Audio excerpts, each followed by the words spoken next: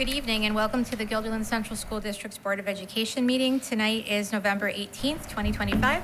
Can everyone please silence their cell phones and stand for the pledge? I pledge allegiance to the flag of the United States of America and to the republic for which it stands, one nation, under God, indivisible, with liberty and justice for all.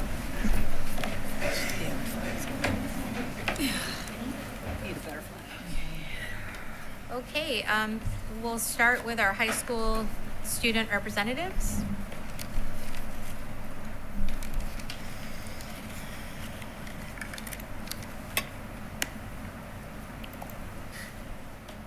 Good evening, everyone. My name is Ryan Ranka, one of the high school Board of Ed representatives. It's a pleasure to be with you all tonight. Good evening, everybody. My name is Parth Surecha, and I'm the other high school student representative through the student government. It's such an honor to be here tonight.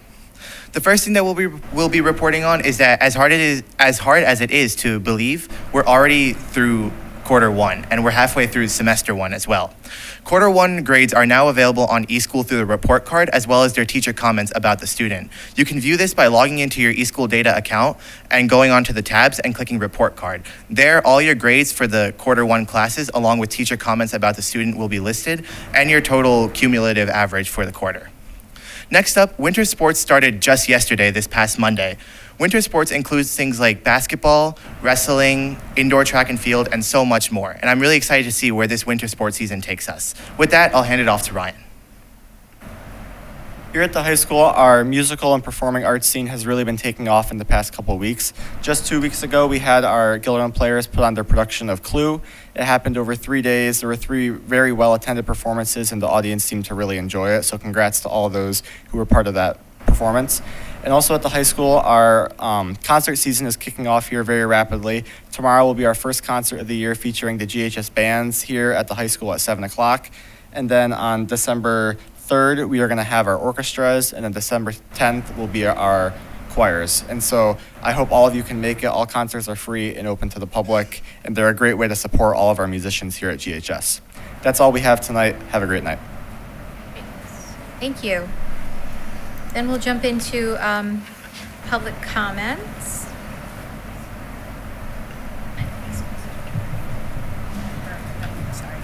We're in? Okay. We'll start with Molly Fanning.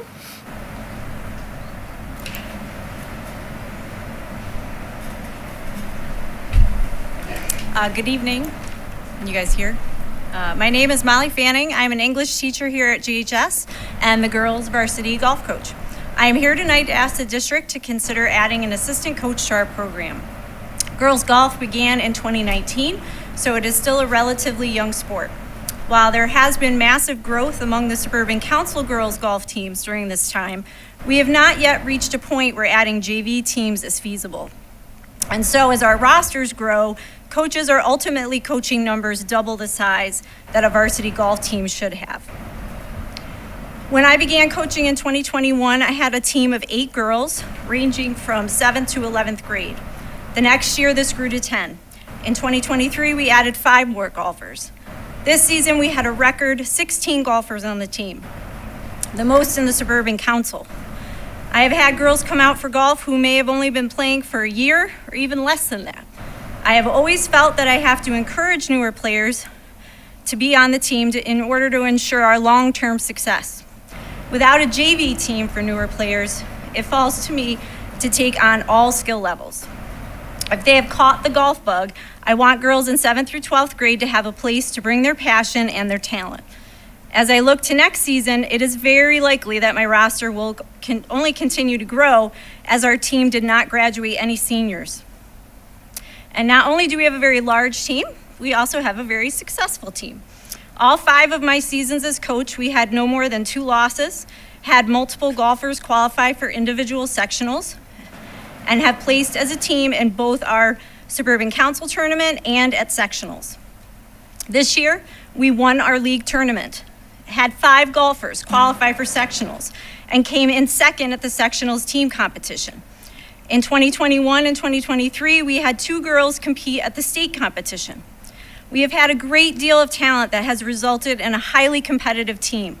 This season, one of our players earned the lowest scoring average of any player in our program's history, and she is only a sophomore. My job has been to not only push and support my more advanced players, but to also build a foundation for my more novice players in order for them to grow and improve in their game. Having an assistant would allow for the girls to have more attention at practice and at matches. Having 4 foursomes on the course at once, I have to position myself strategically as groups come through so that I can see everyone play at least 2 to 3 holes. And that's if no one needs anything. Oftentimes, the girls will call or text me to drive over to them if they need help with a ruling, looking for a ball, or oftentimes a pep talk to get out of a negative headspace. Being just one coach, the girls don't get the time and attention they deserve. For my veteran players, I'm able to talk through difficult shots or help them decide what is the smart play. For my newer players, they need me more frequently to remind them of the rules and etiquette that they are just learning along with the basics of the game in terms of club selection and their swing. My younger golfers are also left behind on days we have an away match. The home team is the one who decides how many golfers I can bring. Usually the number is 8. So that means while we're away, half of the team is left behind with no one to supervise a practice with them. An assistant coach would allow for these practices to take place and would give these girls the support and time on the course that they need. There are 4 Suburban Council teams who have either created a modified program or have added an assistant coach.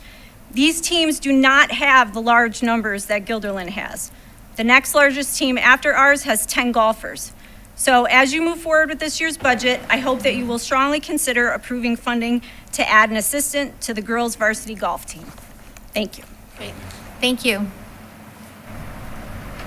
And next we have, I think, 2 students that wanted to go together, Carrie and Elizabeth.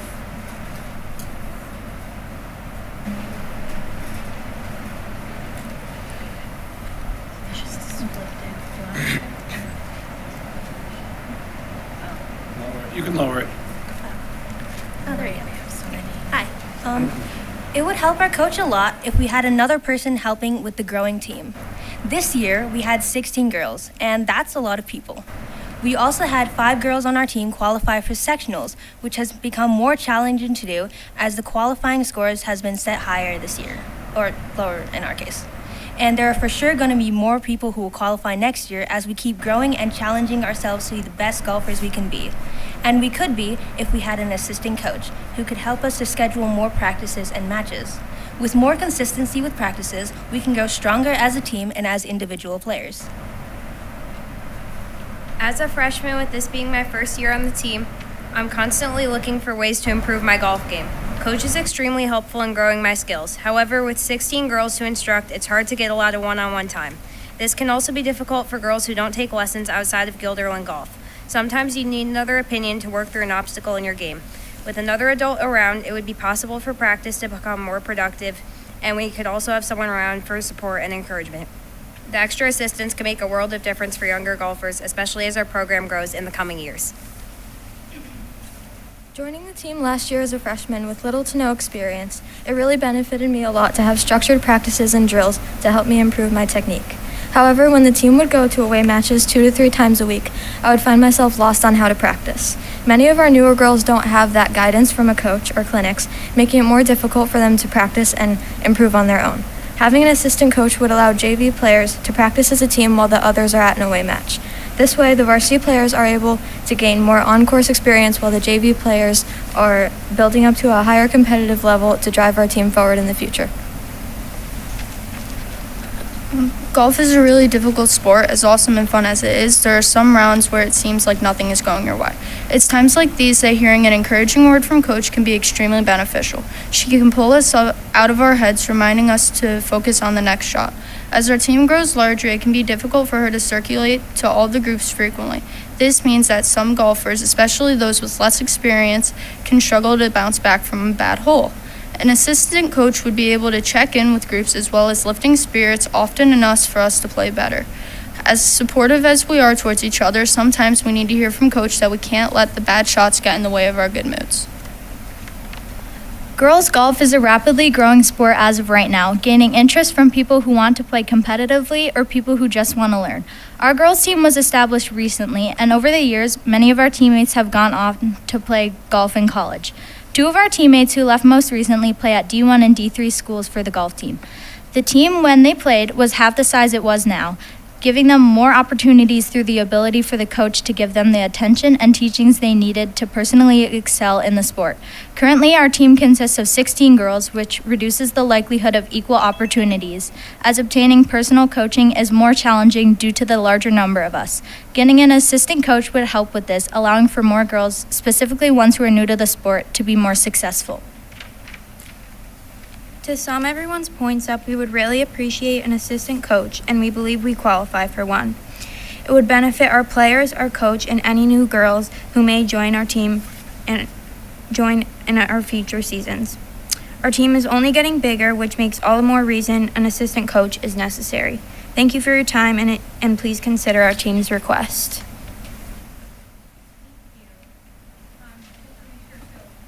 Harry and Elizabeth, I think, already went. How about Mylene and Maya? Okay, thank you. If you could just state your name. Hi, can you hear me actually? Mylene Lammy. I'm actually the girls' booster club. Oh, here we are. Joy's with me. Booster club president. I have Joy Moore with me. She's the secretary of the booster club. And we just, as you've heard from Coach Fanning and the girls, we just want to reiterate and support them in what they're doing and really ask for the assistant coach, especially in regards to safety. I mean, when I've been watching these girls, they've been so successful in what they've done. And sometimes in the evenings, especially later in the fall, it gets really dark. And Molly is the only one on that golf course. Parents are not allowed to be on the golf course, and there's no one helping her. And she's running around trying to gather the girls up and help support them and lead them and train them and do all the things. And she's being so successful in that, as you've seen and what you've heard from her. And we just want to reiterate that it is so important to get the assistant coach for her. And we 100%, along with all the people in the Booster Club, we support her in getting and the assistant coach. Do you have any?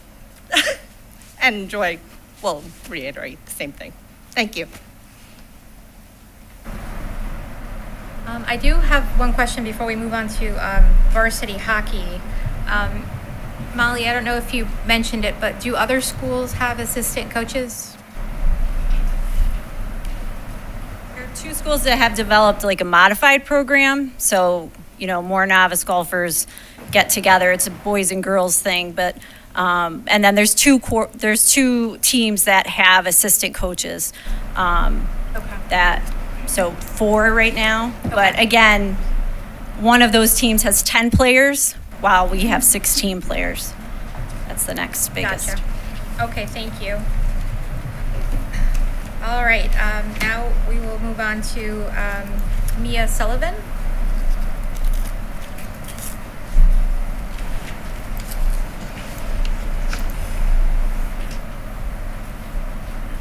Hello. Maya, sorry. It's okay. All right, dear members of the Board of Education, I'm here to respectfully request that the district reconsider providing busing for our varsity hockey team. I fully understand that the district is currently facing a shortage of bus drivers and that transportation resources are strained. At this time, our team is expected to secure our own transportation, and this arrangement has created several concerns that warrant your attention. Equity between sports is a fundamental expectation within our district. Other athletic programs receive district transportation without hesitation. Meanwhile, our players have 2 choices. Choice number 1, rely on upperclassmen to drive them to practice. This raises a significant safety concern. While these students are responsible and well-intentioned, this still introduces risks that could be avoided with school-supervised busing. Choice number 2, parents are expected to leave their workplace early to transport their child to practice. Many of our student athletes come from households where both parents are working during the hours when transportation is needed. Without district-provided busing, students are placed at a disadvantage and may be unable to fully participate. Our request is modest and focused. We are asking for district transportation from school to practice. This important adjustment would greatly improve safety, accessibility, and equality to our team. I strongly encourage you to honor your commitment in supporting our athletes by providing busing for our varsity hockey team. I am confident that with collaborative problem solving, we can find a solution that upholds fairness and access for our athletes. Thank you. Thank you. How about Steve Quacken? Thank you. It didn't say that. You can confirm for me. I swear. Excuse me, I'm Steve Quackenbush, and that's my son Jay Quackenbush there. He's gonna get an item for show and tell. So, this is again about the busing or transportation for the varsity hockey team. So, he's a freshman here at Gilderland. He's one of the goalies that's trying out this year for the varsity hockey team. They're called Storm. It's between 5 high schools, but there's a large amount of students. Go ahead, Jay, sit down. That that need transport and actually that try out for the team. So he's one of the 15 from Gilderland that's trying out for Storm. And I just want to say, like, I've been a coach for him since he started. That was like 9 years ago playing hockey, and one of the major challenges is just getting to practice, right? So, you know, that's why the transport is so important for these guys so they can get to practice on time. You know, the additional challenges, like most sports, they practice on site, right? Well, these guys don't. They practice at, it used to be called Scarf, now it's Ray Wimple over in Schenectady. They practice every day, every weekday, and unless they have a game. But like you can see, Jay Scully bag, like imagine, you know, transporting that thing. You get one of those in a bag, even carpool sharing. Like, it's not that easy, right? So you're taking 1 or 2 more people. Like, imagine that in your vehicle. I'd have you show, like, that's literally every piece of equipment he wears on the ice every day. There's nothing extra in there. I have him open it except for the smell. But, you know, so we just like you guys to reconsider us having transportation. It would be a huge help to the parents, to all the students. We do have, like, a growing program. Again, we have 15 kids that are going to be trying out this year. And if they can get transport there, it makes it so much easier on the parents, all the kids. They can get there safely and get directly to practice and just do what they love. Jake, do you want to say anything? No? Okay, all right. I have a quick question. Thank you. Do they allow you to keep that at the track or the ice rink, at the rink? So the problem is some of these players, they're also playing youth hockey. So they'll go to high school practice, then they'll also go to youth hockey. So they can't just leave their equipment at the rink. Also, there's like a limited number and space of place to keep your equipment. So that's part of the problem. We have a similar thing with bowling balls. I'm kind of like, how do you get the bowling ball there? Right, They don't allow them on the bus, so I'm, well, It's just a little that we know larger of. than a bowling ball. I know. I'm dropping them off in the mornings every day, just like you. So it's, yeah, thank you. Just curious. Yep, no, that's okay. That's a lot more equipment. Thank you. Okay, thank you. Drew Countryman? It's true. Every morning I'm dropping bowling balls off. We have transportation. Good evening, everybody. Yes, so my name is Drew Countryman. My son Bryce is a freshman this year at the high school, so this is his first opportunity to try out for the Storm hockey team. So I want to voice the challenges that the hockey players are experiencing regarding the lack of transportation available to them. So I've already been in contact with Superintendent Mayberry as well as Mr. Stapleton, and I appreciate both of you hearing me out with my concerns. So I wanted to advance my concern to the full board as we have a significant number of players that hope to try out for the team this year. With up to 15 Gilderland students trying out for the varsity hockey program, it's a great number and an obvious advancing program. So the issues arisen at the practices are Monday through Thursday at 4:40 p.m. in Glenville, and there are usually activities prior to that as well, such as weightlifting and such. So for working families, that provides a significant challenge because we don't necessarily have the opportunity to leave work early on a regular basis to get our kids to those school activities. And while Mr. Stapleton and Superintendent Mayberry have done their due diligence and been very helpful with trying to assist with the issue, it feels like we've hit a dead end here, which I don't want to stop. So most of these kids have played hockey since they were somewhere between the ages of 5 and 7, and their goal, just like their friends that play football, baseball, softball, swimming, cheerleading, gymnastics, soccer, all these other sports, their goal is to play for their school, right? So the difference is their peers have this opportunity and the support of their school district to provide the services for them that unfortunately the hockey players don't. It's hard to explain to a child who's worked so hard for this opportunity, and it puts a parent in a tough spot that, how do I support my child's goals when leaving work early or rearranging my schedule to this extent just isn't possible. Tryouts are this week, tryouts today actually, and we've been splitting the rides up between 3 working families, none of which have the ability to do this long term, but we're just trying to get through these tryouts and then find some miracle solution. So I worry that without this solution, where the district can provide some assistance, these kids will miss out, not just on the sport they love, but on feeling included and supported by their school. I know this isn't easy. I know there are challenges involved, and I truly believe that moving forward, the district's commitment to fairness and opportunity for these student athletes would really benefit everyone involved. So thank you very much. Great, thank you very much. Can I ask you a question before you step away? Sorry. Did you say practice was every day at 4:40? The practice is at 4:40. They also do weightlifting and such prior to that. So Okay. they often go, I'm not sure if anybody else can speak to this, which school they go to. The coach's plan was then to have weightlifting actually at Scotia High School at 3:20. Then they would go from there to practice directly. So the weightlifting is about 30 minutes. And then I think it's about a 10-minute ride from there to Scarf. So, and an additional challenge is you saw how much hockey gear there is. It takes these kids 20 minutes at least to get dressed, so they have to be there significantly early as well. So, yeah. Great, thank you. Great, thank you. Thank you. We have one more public comment, but I'm going to read it during the second public comment section. Out of respect for everybody here, let's move on to the showcase of students. Dave? Mr. Austin?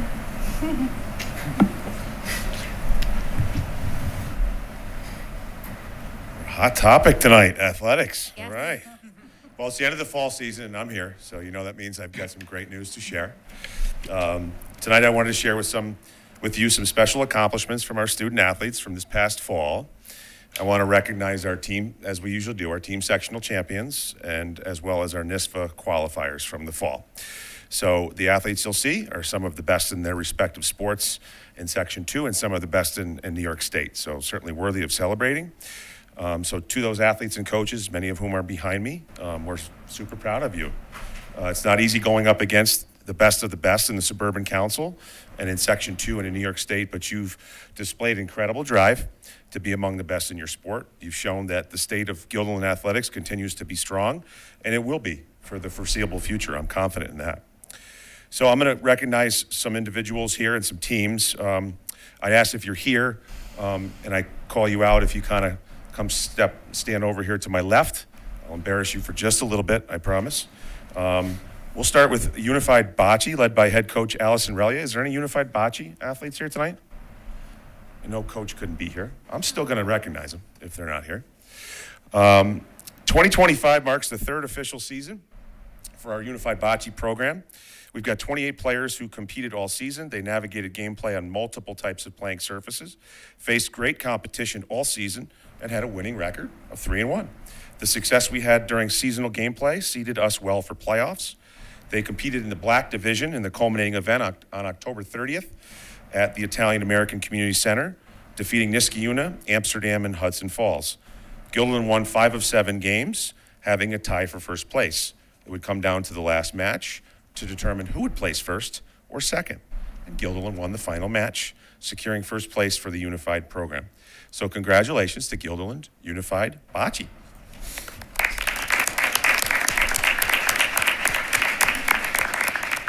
Next, I'd like to recognize girls tennis, led by head coach Deb Murray. I know they're here tonight. So we've got a couple tennis players and coach Deb Murray. You guys come on up. And I'll start. Girls varsity tennis were league champions this past fall, completed a regular season undefeated, 13-0, and finished as your Class AA sectional runners-up. After that, it was on to the Section 2 individual tournament for Angela Lee and Megan Uzilia. The number 1 and number 2 singles players made a dynamic duo in doubles, finishing in second place in Section 2 after playing 6 competitive matches in a draw of 57 teams. After 3 days in New York City playing in the NISFA State Tournament at the Billie Jean King Tennis Center, Angela and Megan finished 8th in New York State. I also wanted to recognize Coach Deb Murray, who was recently named a 2025 USTA Eastern Award winner, in part because of her outstanding season, obviously, with the team, but also for everything she does for the sport of girls tennis. She's such a great advocate, and we're lucky to have her. So congratulations, Angela, Megan, and Coach Deb Murray.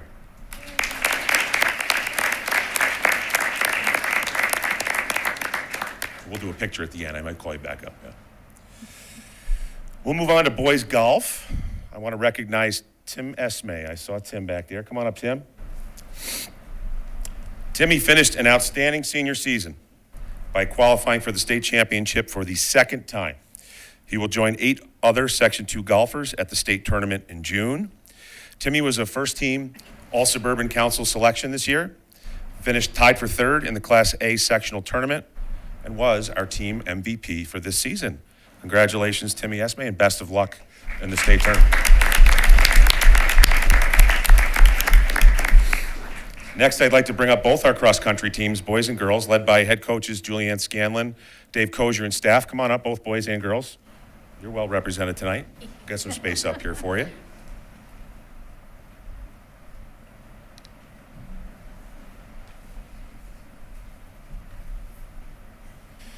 Boys varsity cross-country has been ranked between 4th and 12th place in mile split cross-country state rankings for the entire season. In their Section 2 championship race at Queensbury, the team finished in 2nd, behind perennially strong Saratoga.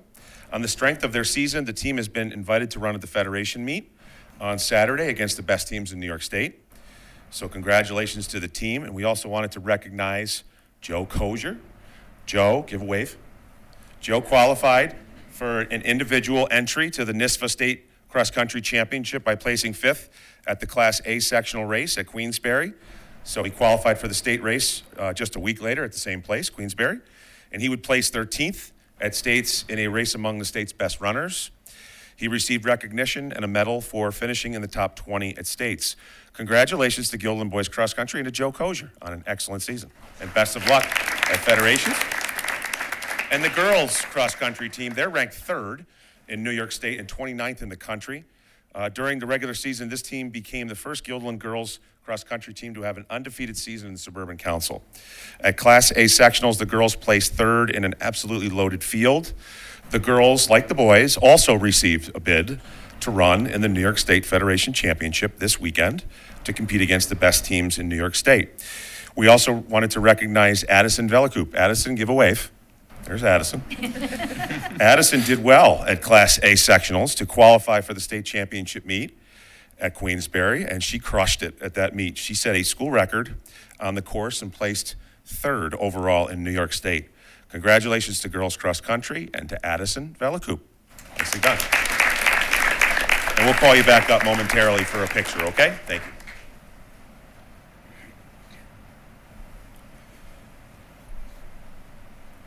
And last but certainly not least, Gilderland Boys Soccer. I know we've got much of their team here tonight, led by head coach Mike Canale and staff. Come on up, guys. I know Mike couldn't be here tonight.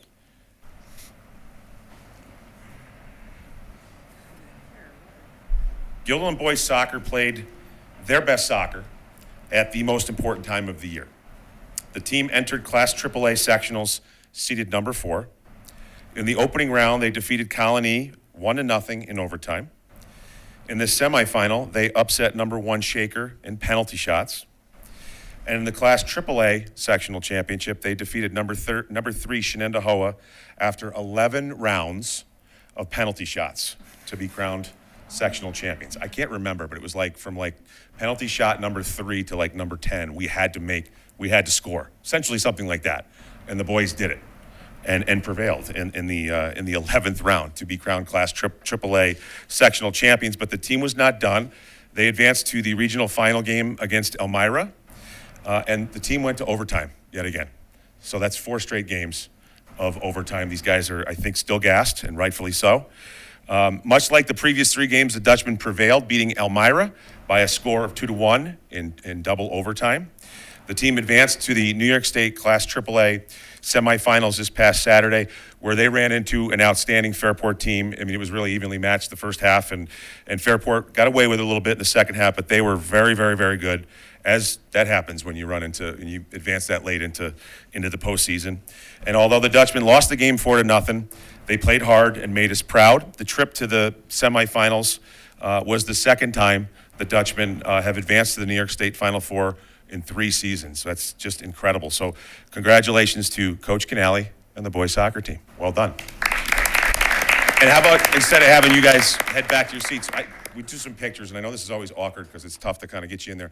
We'll have the board and DOT kind of stand up and huddle in the back, and we'll start with boys soccer. If you want to go in the middle, and you got to take a knee because you'll block them if you don't, okay? And then if you got some parents that want to take a picture, now's your time, and then we'll do some other teams.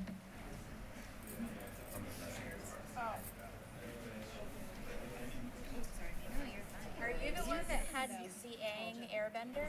I saw that picture. I appreciate it. That's very nice. Thanks. Okay, right here. Thanks.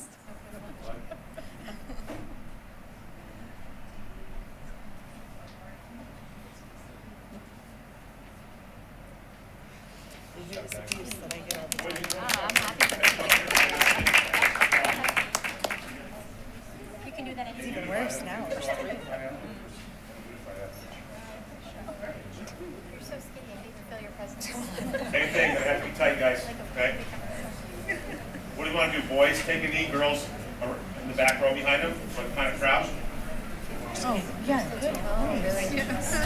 Yeah, perfect. I like it. That works, girls. You just gotta kind of lower a little bit. Sorry. It's me wearing heels. Probably. You're doing squats. Sorry, guys. Poor guys.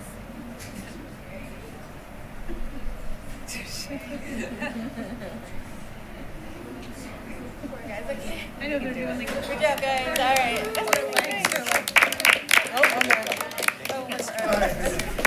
All right, this one will be easier. Maybe Angela, Megan, Coach Murray. Albany County needs to make it like a requirement. The USB 6 I got our one.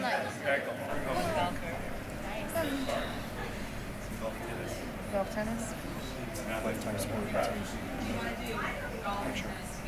Yeah, do it together.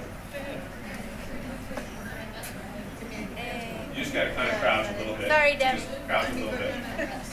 Yeah.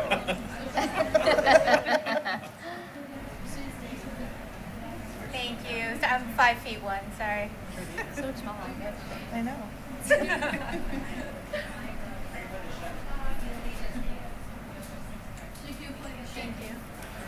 Thank you. Congrats, Deb. Thank you.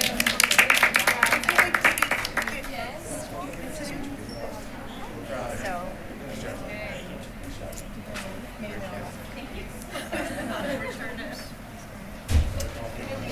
Remember the first day? Oh God. Like the first day. No.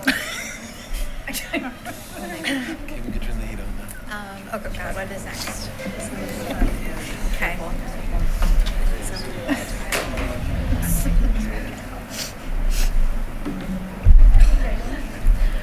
Oh, man. No. I need to like get them the soul is pulling away.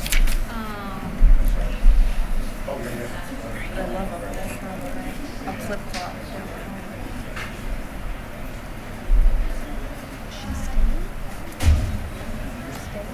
Just give folks a minute to step out if they'd like. You're welcome to stay, but if you only came for the showcase of students, it's fine. No pressure.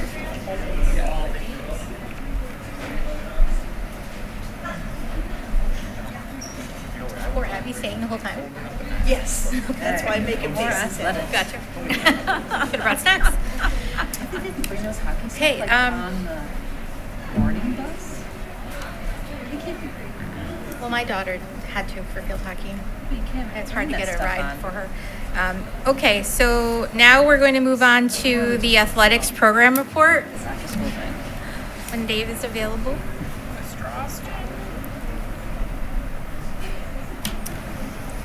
Yeah, it's not just putting there.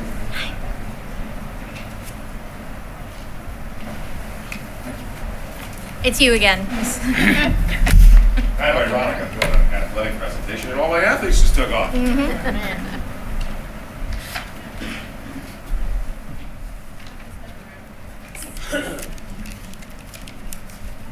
Okay. I did hand out some folders in advance of this presentation. I had 12, so I apologize, I didn't have enough for everybody around the table, but I think I got every board member and every member of our district office team. So, you know, I may reference, as I go through some of these slides, I may reference a couple of those handouts. They're certainly there for you guys if you want to peruse. So at a recent board meeting, we fielded some questions about athletics, specifically how the boys and girls programs are funded and why there may be differences in certain budget codes. So I'm here to just, like we always do, you guys had some questions, I'm here to bring some more information to you. Timing is good, right? We're starting our budget discussions. So I wanted to bring more information to our board and the community just to give you a better understanding of how we make sure all sports programs have what they need to operate safely, but also we're putting them in positions to be successful. So some topics that, you know, I'll touch on tonight, athletic offerings, programs and teams, student participation numbers, and some athletic budget related items such as officials, supplies, uniforms, as well as we'll have a little bit of some information on coaching stipends, which is a hot topic. So we'll start just with a brief overview of what we offer to our 7th through 12th graders here. Those are our kids who are eligible for interscholastic athletics, 7th through 12th grade. And I kind of want to start just by sharing what's new. I mean, I've been here, I started here July 1st, 2020. So a lot of the information I'm going to give you is kind of based on the time that I've been here. It's a 5-year window, 5+ year window. So it's a good snapshot of some information. So new since 2021, we've added girls golf at the varsity level. Obviously you heard from members of our team and our head coach today. Modified boys volleyball. It looks like as we converted this from a Google slide to whatever we're using, a PDF, it looks like we've got some stuff cut off. But Good on here.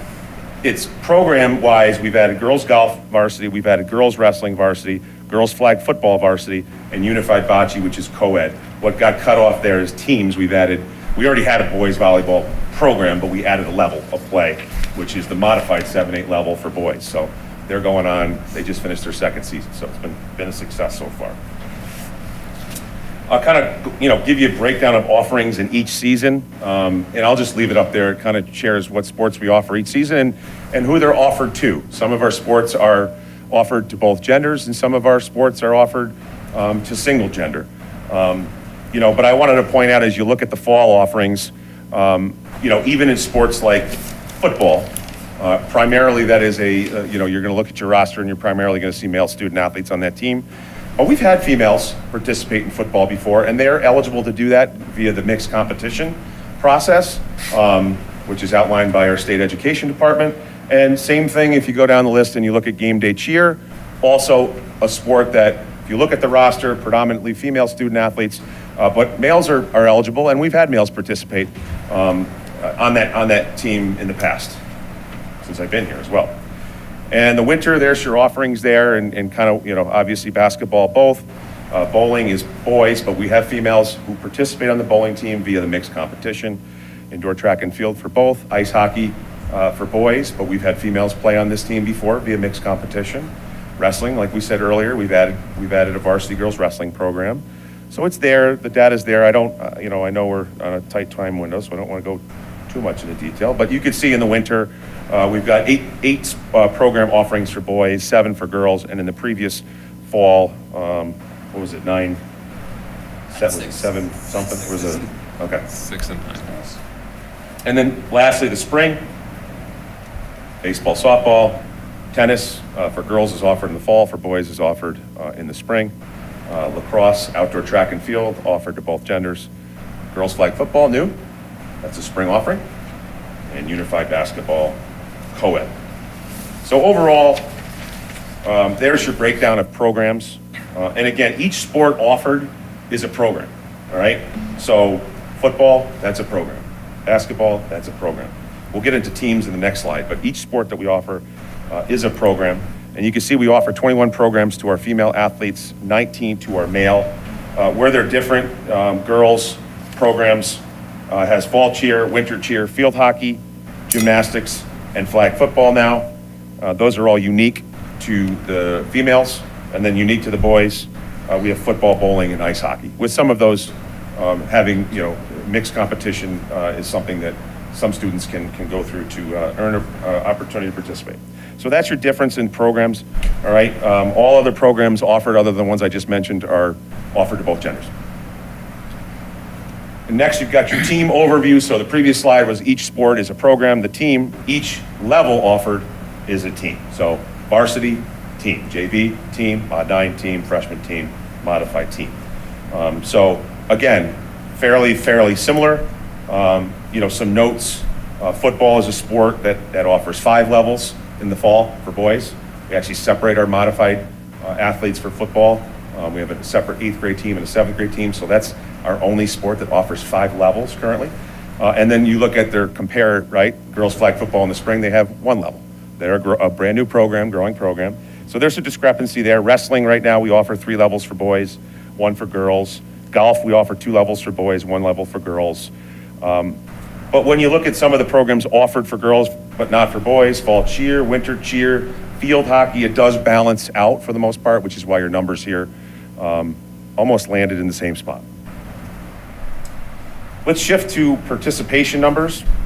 And I did share a detailed roster report with you guys in your packet. That's going to give you 6 years of data, and it's going to break it down by roster, by team. But I thought for the sake of this presentation, I always love the number of how many kids in 7th through 12th grade are playing sports. We did this a couple years ago, and it was around 50%. And then we did it for how many kids in 7th through 12th grade are playing multiple sports. And we did that a couple years, and it was 25%. And we're pretty much right at that number. Starting here with females, you can see 49.7% of our 7th through 12th grade female population. And this is last year, just best information, most recent information, participated in at least 1 sport. 24.4% of female students in grades 7 through 12 participated in multiple sports. I have a breakdown here by grade level. And some notes as you look at the numbers. I would say, enrollment, as we look at these numbers, you're looking at grade 8, 9, 10, you're saying, well, those are some large classes. In grade 11 and 12, number goes down a little bit. I'll share with you guys momentarily the boys' numbers. It's a similar trend. And so, I don't want to speculate, but I mean, obviously look at enrollment. We have slightly more males last year in 7th through 12th grade than females. It was like by 60, 70 kids, something like that. But as you recall, we've been budgeting for larger cohorts of students that have been coming through Farnsworth.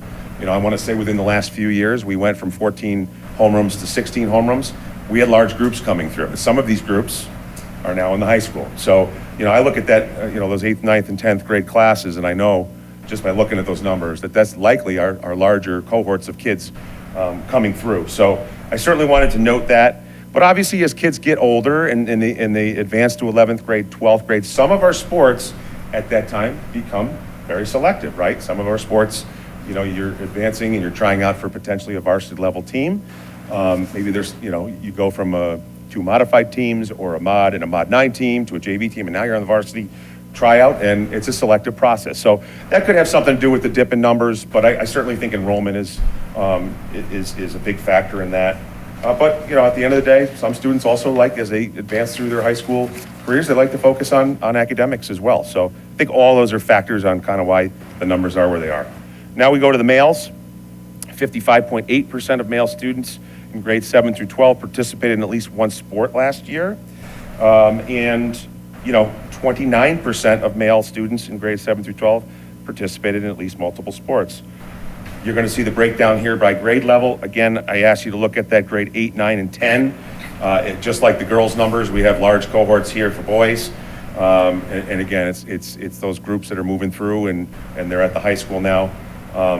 But that just breaks it down by grade level for participation numbers. Overall, combining both boys and girls numbers, where do we land? Over almost 1,200 students in grades 7 through 12 participated in at least one sport. 52.9. So we're up from where we did this a couple of years ago when it was 50% exactly. We're up slightly, but we're up. And 26.8% of male and female students in grades 7 through 12 participated in multiple sports last year. We're proud of these numbers. I mean, I'm proud of these numbers. To me, that you're talking about a program that impacts 1 out of every 2 kids that are walking the hallways in grades 7 through 12. I mean, that's significant. You know, I think overall we're providing, clearly looking at the data, we're providing a ton of students with a positive experience, one that they'll remember the rest of their lives. I've always kind of said, athletics to me, people, don't look at the school day from 7:30 to 2:30. The school day is still the school day in the after school hours, and this is an extension of the school day. It's just as important to some of our students as other programs that we offer. It's just as meaningful. So I think I'm very proud of these numbers. I underscore how essential it is that we certainly continue to receive the necessary support from you guys and from our district office team to offer strong, safe, and accessible programs from our students. So like I said earlier, in addition to these just kind of broad numbers, I provided you guys with 6-year roster numbers. I thought these numbers were cleaner and I think more meaningful in a presentation, but you certainly can look at all of our numbers dating back 6 years ago. Now I want to look a little bit into our budget. As we look at how many students our programs serve, it's important to understand the resources required to support them. So our next few slides will give a clear picture of our athletics budget, how we allocate funding for things like referees, equipment, uniforms, and coaching staff, so you can see exactly what it takes to run these programs responsibly and safely. And in your folder, we provided you guys with some information. They're called sports standards. You should have 2 worksheets. One's a high school sports standards, and one is a middle school sports standards. And this is directly from NISFA, who governs high school athletics in the state of New York. Their guidelines set forth by NISFA that govern basically how each of our sports operate. And you'll see things on those standards such as practices required before we're able to get, before we're able to schedule our first contest, maximum number of contests that we're allowed to put on our schedules. There is a maximum number for each sport, and it's different for each sport, all of which will certainly have budget implications, right? When you start talking about coaching stipends and our rubric, which I'll talk to you guys a little bit about, how we land on the number where we land, where we're paying our coaches, right? Like the number of practices, number of games, that's in the criteria, right? And max number of games, safe to assume you divide the max number of games, let's say it's 20 in the case of boys basketball or girls basketball, divide that by 2, and that's going to give you a good idea of how many home games that program may have, and how many games program. It will always be identical to that number? No, but it'll be around that number. So that helps me when we budget for referees. Those are the numbers that we use and numbers that I share with our district office team when it's budget time. So that's those 2 handouts. You'll see, minimum number of practices, generally they're either 6 or 10 required, and then your max number of competitions can be anywhere from 10 to 20. And there they are right there. Those are governed. Those are our guidelines that we have to operate under via this NISFA. And so much of our budget discussions will revolve around this. This is why I wanted to share with you. Okay. So I'm going to share some numbers with you here, some spending numbers. So you can kind of see the next 2 slides, we've taken a snapshot of spending in athletics the last 6 years. So the first slide you're going to see is 3 school years, 2019-20, going all the way to 21-22, and the next will be 22-23, and the 3 school years that follow that. And as we look at spending from these 3 years versus the following 3 years on the next slide, you're going to notice some discrepancies, and I just kind of want to point out a few things, and certainly we'll open it up to questions at the very end. But as I'm looking through these, and myself and Dan were meeting about this, we wanted to point out some things I think that are important. You look at these 3 years versus especially the next slide. Obviously, the time period that we're talking about here, you can go back to the spring of 2020 when COVID hit and we shut down spring sports. And I started in 2020, 2021. We didn't know if we were going to do sports, and it looked much different, right? We delayed the start of some of our seasons. We pushed some of our fall sports into the spring. It looked different. We got them all off, and I'm thankful for that. We provided our kids an experience, but it didn't look the same. We didn't, schedules looked different. Postseason was not necessarily, an opportunity for some of our teams based on the landscape that we were in 2020, 21. So I wanted to point that out. So I think, that's why you're going to see some differences here. I think one of the main reasons why you're going to see differences here. We also noted during this 3-year spending period that if you look at interscholastic athletic equipment funds, it's significant in the amount that we spent in equipment in this 3-year window versus the next 3-year window. And I think one of the benefits of going through COVID is we did receive some COVID funding and COVID support, and that was a time period that I know we took advantage of, and we got things like weight room upgrades, weight room equipment, gymnastics equipment. I know there was a very expensive piece of equipment we bought for the gymnastics program. We bought field hockey goals, among other things. We took advantage of some COVID funding. So I wanted to point that out for equipment. But as we go into the next 3 years, a couple things I want to point out, right?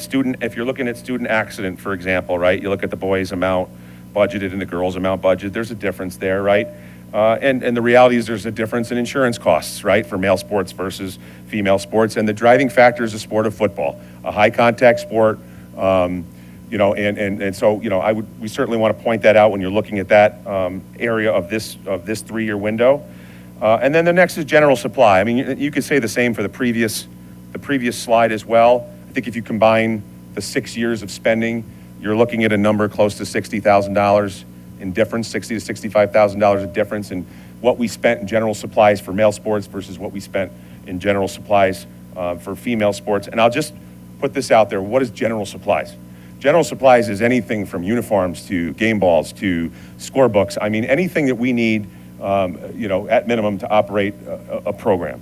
And so, and I know this came up at one of our last meetings, right? I mean, somebody looked at the numbers and saw the discrepancy and had questions, and rightfully so. And I did my best to answer at that moment in time, but I didn't have the data. I mean, we went back and we looked, and so football, is we'll point out we did have a Title IX audit, and the auditor she noted the same exact thing.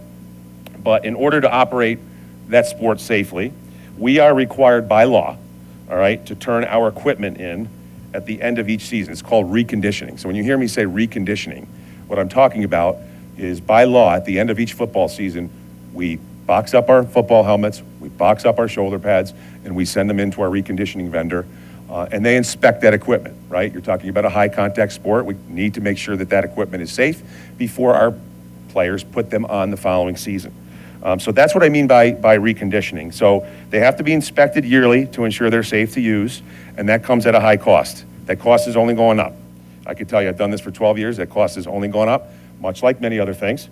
For instance, I looked at last year, the football reconditioning bill alone for last year was $9,262.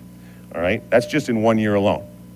On top of reconditioning, we talk about bare minimum, what we need to do to operate sports safely. We have helmets, and they're inspected, but they also have a lifespan. The lifespan is 10 years. So after 10 years, a helmet is expired, and we can no longer use it. All right, so in addition to the reconditioning required every year, which is a hefty expense, we are replacing helmets constantly. I would say, on average year, 10 to 12 helmets, maybe a little bit more than that, all right? But looking back at my budget request in the previous year, we went from 2020 to 2023, and I remember this. We wanted to order helmets 2020. We couldn't because there was a supply shortage. We literally could not buy helmets, so we had to push one cycle off to the next year. We had to replace 77 football helmets aged out from 2020 to 2023. That is a higher than average number. And you go back 10 years and you start to say, well, why did we need that many helmets? We needed a helmet for everybody that was participating in the program. So obviously at that point in time, there were helmets that were aging out, and they needed to do something in a short pinch to get helmets on the players so that we could operate our program. So, you're looking at about $300 a helmet. So when those need to be replaced, just for that cycle, that 3-year cycle, 77 helmets, all right, at $300 a pop, you're at $23,000 expense right there at helmets, all right? And I haven't even gotten into shoulder pads, which has a longer lifespan than helmets.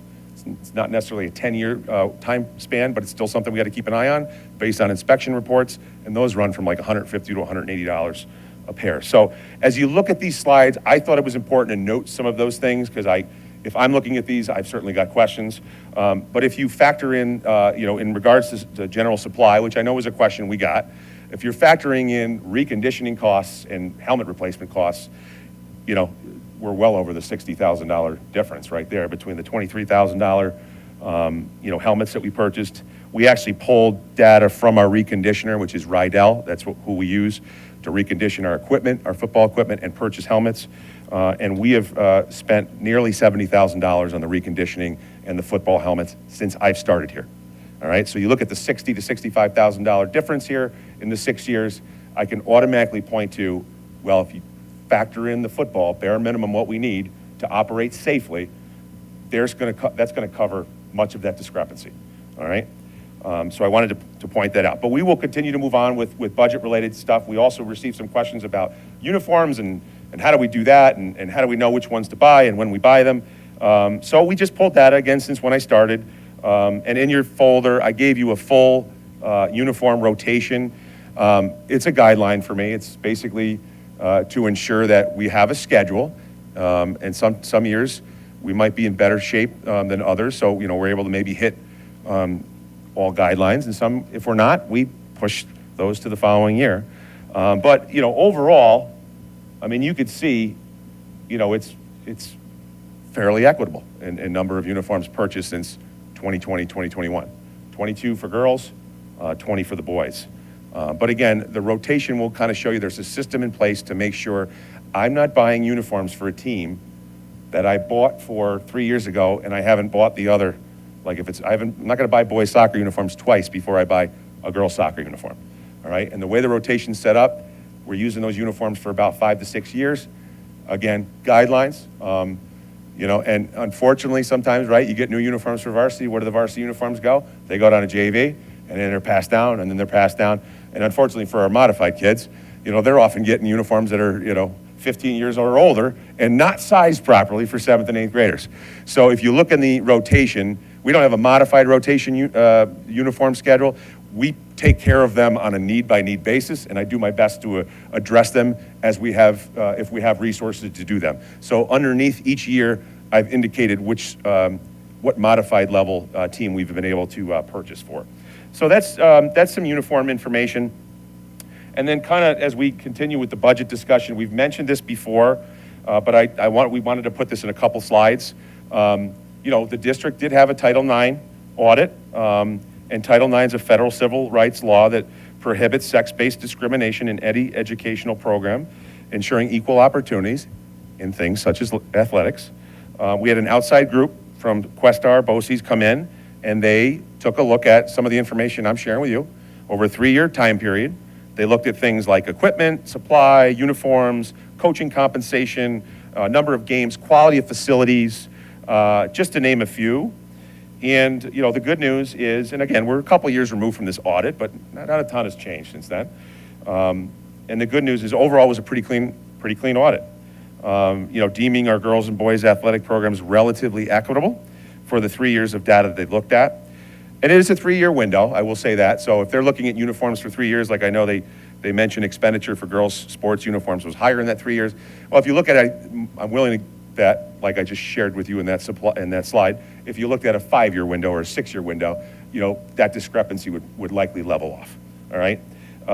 But auditor, also noted, I said this earlier, in the high cost of operating a football program safely. and that was noted in the audit. I want to spend a little time talking about coaching stipends.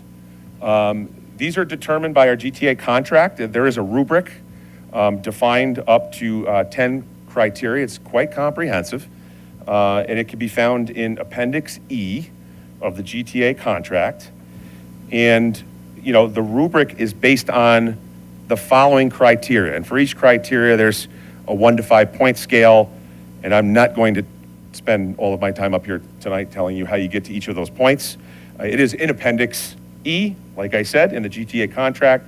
But essentially, when you look at all this criteria and the point values, you're ultimately going to land at a point value for each team based on the rubric, and coaches are then assigned steps, all right, 1 through 5, and they climb up the step process after each year completed coaching. And each year that they complete, there's a dollar amount increase. And so when we go through the rubric, we have an assigned point total. We take that point total, we multiply it by the step amount, and that's going to get the coaching stipend for that particular sport in that particular season. Also wanted to add, we have longevity built into this coaching stipend process, and that is when our coaches are at step 5 for 5 years, they get 2 extra points added onto their rubric, which is in turn it's a higher stipend. And if they're on step 5 for another 5 years after that, so 10 years total, they'll get another 4 points added onto the rubric, all right? This keeps really good coaches around for a really long time. I love that clause in our contract, and, you know, at Guilderland, I'm very proud to work with a great staff, many of whom have been here for a very long time. And that makes my job easier, it does, all right? So I'm just gonna kind of go over I don't wanna take up too much of your time, I already have, so I'm going to go through these quickly, but I didn't want to just show these numbers without showing you how we get to these numbers. But I want to start by just kind of showing you how we compensate the coaches that coach same gender sports, so like basketball, soccer, right? We have a boys team, we have a girls team. So I'll go in order: fall, winter, spring. There's the point. I'm not going to read them all, but that's the points rubric for each of those positions. You know, and, you know, I don't think there's anything that I've got to kind of speak to on this slide. They're all identical in point values. And as we continue to the next slide, for more fall positions, you know, we do have a slight difference in girls golf versus boys golf. And again, if you go back to the criteria, one of the criterias, all right, in the rubric is sport level overseen. And as our head coach got up and talked a little bit about tonight, right now we have a growing girls golf program. It's growing. They're doing fantastic. It's still growing, and Molly's doing a fantastic job at that. But right now they've got 1 level. So if you put that into the rubric, there's where you're going to get a difference there. And if and when they get that 2nd level, which I'm obviously rooting for, that number will even off. So I wanted to point that off, and we'll go into the winter. The only one I wanted to speak to is there you've got, again, same kind of scenario there with wrestling. We've got a girls wrestling program who's still fairly new. It's a growing program. Roster's not quite as big as the boys wrestling team. Only 1 level for girls right now versus 3 for boys wrestling. So if you go through the coaching rubric, that's where you're going to land in that 7-point difference. It's based on the criteria of sport level overseen and number of athletes. We head to spring. Only differences you're going to see here: baseball, softball by a point. And again, going back to the rubric criteria that impacts that, number of required practices. All right, softball requires 6, baseball a little bit more of a higher safety component with arms, pitchers especially. All right, they require 10 practices at minimum before their first game. All right, so you know that's going to kind of at least speak to the difference. I only originally put the same gender sports on here, but after the fact, we wanted to put all of them on here. So this is just the rest of them. But these sports that I list are not. They're single gender sports. So it's not like I could put. I can't put ice hockey right next to girls ice hockey because we only have a boys ice hockey program. But I list them. I'm not, we've already kind of taken up a lot of time. So I'm just going to list them and kind of go through. But they're there for you to take a look at if you would like, all the way through the spring. And our last topic, and then I'm done, I'll take some questions after this, is school paid assistant coaches. And I think it's fair to say it's a topic we've heard quite a deal on. So my goal over the next handful of slides as I finish this up is to show you what school paid assistant coaching positions we already have in the budget. And I'll also show you what booster clubs are funding these positions as a result of not having a school paid assistant coach in the budget. The school does pay for some of the assistant coaches, and for those not paid by the school, some of our booster clubs are funding. All right, so we'll show you also, in addition to that data, we'll show you how we stack up with our peers in the Suburban Council. Full disclosure, I don't have the info for all sports, but I'll get into that as I get to that slide. So starting with the fall, you could see, you know, we've got one column for boys, one column for girls as we go through the sports. Those first two numbers that you're seeing are school paid assistant coaches in the budget for those sports. All right, and all the way on the right, it indicates if we have a booster club currently funding an assistant coach for that program. So, you know, I'm not going to go through all. I'll just kind of speak to a couple of things. But field hockey, that's certainly a sport that we've kind of heard from some community members, some team members up here about advocating for a school-paid assistant. They are one of those programs that they currently have an assistant, but it's not paid for by the school. It's paid for by the booster club. So I just want to throw that out there just so we clarify that. It's not that they don't have one. They do, but it's not paid for by the school. It's paid for by our taxpayers, our booster clubs. You know, the other, I'll speak to, and I hate that we're talking about football over and over again, but it's important to note it because if I don't clarify some things, and you're going to have a lot of questions. And, you know, football, we mentioned that earlier, 5 levels of play, right? When you have 5 levels, you're going to require more support, all right? You know, and it's a high contact sport with a very, very high degree of safety concerns, which is another reason why by law we're supposed to send our equipment in to be inspected every year, all right? When you have a high degree of safety concerns, you got to have proper supervision, adequate coach to player ratio, all right, and close supervision to prevent avoidable injuries. So, you know, that number certainly looks like a discrepancy in comparison to others, but I wanted to point out it's the only one on there that has 5 levels, and the safety component, obviously, you know, and I don't have the data, but we, you know, based on what I know, we are in line in that number with the rest of the Suburban Council, all right? So that's our fall, and here's our winter. And indoor track is a co-ed sport, so that's just, I put a dash mark under girls. That's going to be mirrored over there. We have 2 head coaches and 3 assistants, and some booster paid assistants. So you're seeing some sports that have school paid assistants, but also need extra layers of support and are adding booster paid assistants as well, all right? And then lastly, the spring. So, you know, I do want to, you've got the information there. I do want to just kind of end with, I know this was a question at the last meeting, how do we stack up in this area, you know, with our peers? You know, and, you know, I just want to, before I show this information, I'm just going to show you some data from the Suburban Council. It's the most recent data that I have. It was from earlier in this calendar year, still 2025. You know, clearly we've heard a lot from our community about this topic. So I think it's important perspective for me to share kind of how we stack up with our competition. That's who we're going up against. You know, so I want to share some of that with you guys, but I'm not coming to you with data for all sports. We've got 35 varsity programs here, 35, okay? I'm willing to bet if I asked my 35 varsity head coaches, hey, do you think you could use a school paid assistant coach? I'm going to venture a guess that almost all of them will say yes, right? I would, right? So, you know, I'm not going to give you all. It's kind of just the information that I have right now, but it's always changing, always changing. And, you know, I will say this, you know, I don't mean to kind of belabor, like, I don't want to belittle the point. Like, I just said that just kind of as a little bit of a joke, but some of these coaches have a very strong rationale of what they're asking for. 100% from my lens. Part of my job is I advise you guys and my district office team, and I advocate, and I have certainly advised and advocated for bringing these positions back into the budget, all right? I know there was a reason, a rhyme and reason for why they were taken out. I was not here. There were times were tough, and I get it. Everybody had to take away from something. But as we kind of show how we're stacking up with the Suburban Council, advising you guys, I would say this is certainly an area that we can make some growth in. And so, you know, field hockey is a sport that we've heard from. So, you know, I'm giving you information as far as in our league, who offers field hockey, who has a school-paid assistant coach.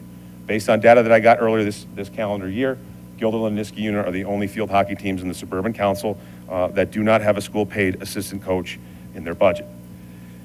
Girls volleyball, boys volleyball. Not quite, I mean, it's a little bit of a mix there, but again, it was data that I got and I wanted to put it in here. You could see, you know, we're not alone. It's more of an even split, but I still think there's more that have them that don't in our league. And then you have boys and girls basketball. We are the only school in the Suburban Council that does not have a school-paid assistant coach for both of those sports. Softball and baseball, the same. So, and in some of these cases, some of these schools have two. And girls tennis and boys tennis was another couple sports that we wanted to look at. Again, there's a little bit of a mix there, but there's still some schools out there that have this in their budget. So, you know, I'm sorry to take up a lot of your time, but before I conclude, I just want to thank you guys for all of your support and making sure we have what we need to be successful, and our district office team as well. I'm hoping just by looking at this brief presentation that you guys can see that this is a program that is meaningful to students. It's impactful to our students, and you know, there's just like any other program, there's costs associated to making sure we're doing this the right way. And you know, we're well supported, but you know, we're not going to stop advocating. We're not going to stop advising you guys on where we think we could make some gains. And so I'm certainly going to open it up if there's any questions. I'm here. Yes. And examples of why they need an assistant coach. Is there any other guidelines that are provided to you based on, like, from the state on a specific sport about how many students, like recommendations about how many coaching staff per I wish. sport? No, and if there is, I'm not aware of it. But I mean, that's why you look to your league to see how everybody else is structuring their programs, to see if we're in line with our competition. You know, and then you look at things like participation numbers. You look at things like degree of safety concern. You know, we talk safety with football, but gymnastics is another sport that has a school-paid assistant but doesn't necessarily have the largest roster. Well, there's a pretty high degree of safety concern with that sport. You know, athletes are leaving the ground, all right, and doing all sorts of flips and twists and stuff, and we need to make sure that they're safe. So it's a good question. I mean, I rely on participation numbers. We always have conversation with our coaches. You know, and we always kind of see how we're in line with the league, you know, and like I said, in many of these cases, I'll reiterate, our booster clubs are helping, but the reality of that is when they're helping, it puts financial stress on those groups, right? That's fundraising that they have to do. That's money that they're allocating on staffing as opposed to other opportunities for their kids, whether it's, you know, apparel or taking trips, you know, money's tied up elsewhere. So I wanted to point that out. Certainly that's why, you know, I'm advising for if we can add it, we add it. Yes? Are any of these other schools who don't have school-paid varsity assistant coaches, are they also utilizing booster clubs for assistant coaches? My guess is yes. I don't have that data, but my guess is yes. Even for the sports that do have school-paid positions, you know, we have school-paid positions for sports, and we still have booster-paid assistants. So my guess, with almost 100% certainty, is yes to that. Yes? I just have two kind of related questions. So you mentioned that there's 5 levels for football. Is participation, like the drive for participation, equal among all 5 levels? Is there an avenue of consolidating any of those levels, or is participation really booming? It's interesting. You know, football is one of those sports that I can't stress enough how important it is to keep the kids like ages together, just based on the degree of safety that's involved in that sport. So in a sport like basketball, a 7th and 8th grader playing together, you may not run into, like, you're going to see size discrepancy, right? We all know, like, as a 7th grader turns into an 8th grader and then a 9th grader, they become bigger, stronger, faster. You know, it's more noticeable in a sport like football that involves that much contact, that much tackling, that much hitting. So football has been a sport here where we are hanging on to that 5-level model, and in my advice, we should, as long as we possibly can, because it keeps the kids age appropriate together. And that is a sport I would like to keep that way as long as absolutely possible. But to answer your question, the league is about evenly split on that. Half of our league doesn't quite have the numbers to do a separate 7th grade and separate 8th grade football team, so they combine it. And the combined modified football teams, they're in their own little sub-league. They only play each other.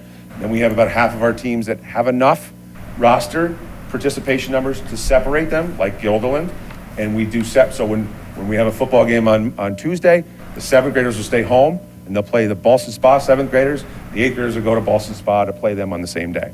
So that is a sport that I would advise to hang on to that model as long as possible, just because that is a sport where you just go, a difference of 1 year in age can be significant in that sport. So Great question, though. My related question to that, but before I say that, I wanted to thank you for Yeah, putting this no together, because problem. I know, we asked for that, and I really appreciate it. I know it obviously took a lot of work and time. Problem. But about going back to football, does those last few slides that you showed for the suburban council, do they also have 7 assistant coaches typically? That's something I'd have to look at. I mean, we did this, I looked at that data a couple years ago. I tried to find it. I don't know where I put it. My Google Drive is quite full. I could not find it. But that's something I could bring back to you guys at a later time. You know, basically how I got that data, I went to an AD meeting and at the end of the meeting, I said, I had my sheet ready to go and I just went around the room. You know, but 35 varsity sports, I couldn't quite do it for 35 at the time. The guys wanted to get out of there, so. But I can do that at a later date. I think that's good data. I think it's good data to have it for every sport. I think it would be really helpful, especially as we head into budget season, because we Sure. know we are anticipating it's going to be a very difficult budget season. And it's fantastic that, what did you say, 53%? 47% of the entire student body participates in one sport. Well, when you combine boys and girls, Yeah. it's 52 point 52. something. Yeah. That's amazing. That's Yes, a great agreed. statistic. But 47% of the student body doesn't participate in any sports. Yep. And so when we're making budgetary decisions, I think we have to be mindful of the entire district. Sure. So I would appreciate that. Absolutely, I can get that information for you. Pete? Thanks for putting this all together. I have a couple of questions here.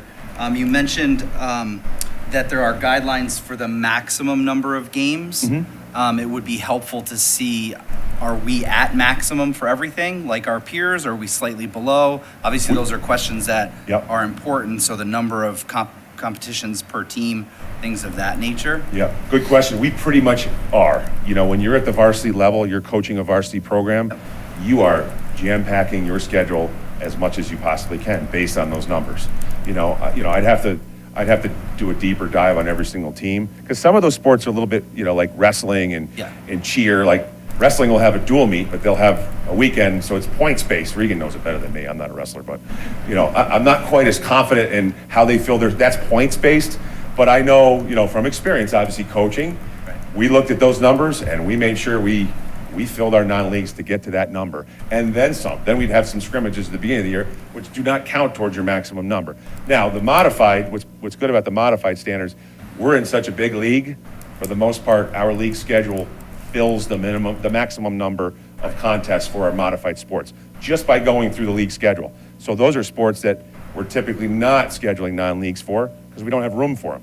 But varsity, they're given a little bit more. You can see in the standards, they're given more max contests.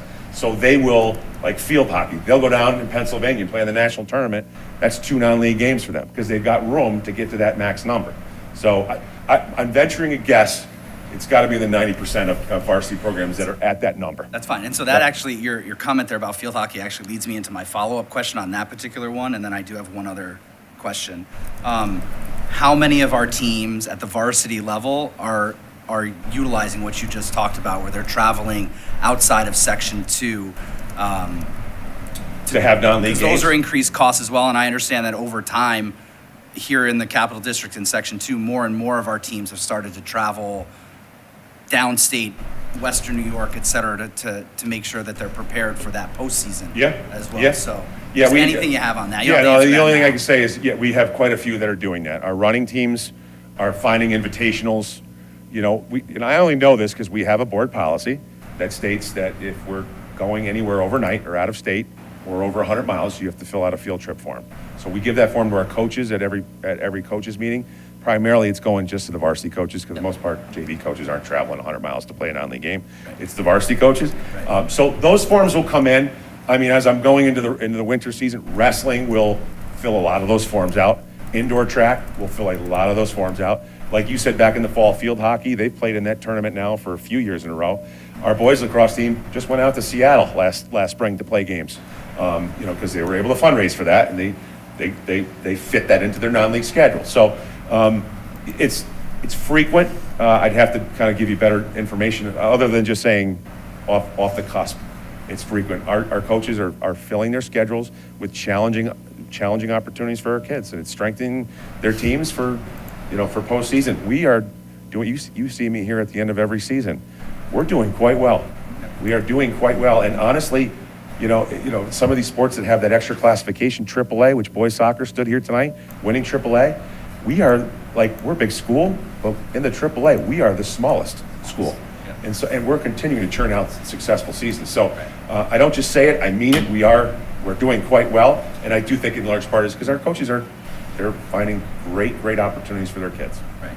And then my last question, which I don't need a response on, just for future follow-up data. If you have any data on the number of students that have tried out and not made rosters, even if that's like an average or anything that you have on that, because that actually speaks more to the involvement than just the 50% that are actually on rosters. Sure. So if you have anything for that, that would be helpful. Could be a challenge, especially with some of my coaches. Some maybe not, but yeah, I could try for that. Thank you. Yep. Kelly. It's back to the booster versus school paid people. Booster clubs are a bit of a mystery to me, but do they pay the same amount? Like if Not you have necessarily. how do they have a rubric? And it's a great question. Not necessarily. I don't know what they pay them. Right? That's How do they get paid? Like it's an outside group. It's the less I know, sometimes the better. I don't know that. But I know some of my coaches will ask me, hey, based on the rubrics that you have for other assistant coaches, is there like a number range that, maybe I could go to my booster club and suggest? And so I'll provide that information with them. But ultimately, I do not know how much each of them are paid. And honestly, the answer to that is based on, in large part, what they're in position to pay. And some of our teams run successful fundraisers and some might not, and some are go-getters when it comes to fundraisers, some are not. And I think that impacts maybe on what they, unfortunately, some booster clubs might not know what they're giving their assistant until the very end of the season.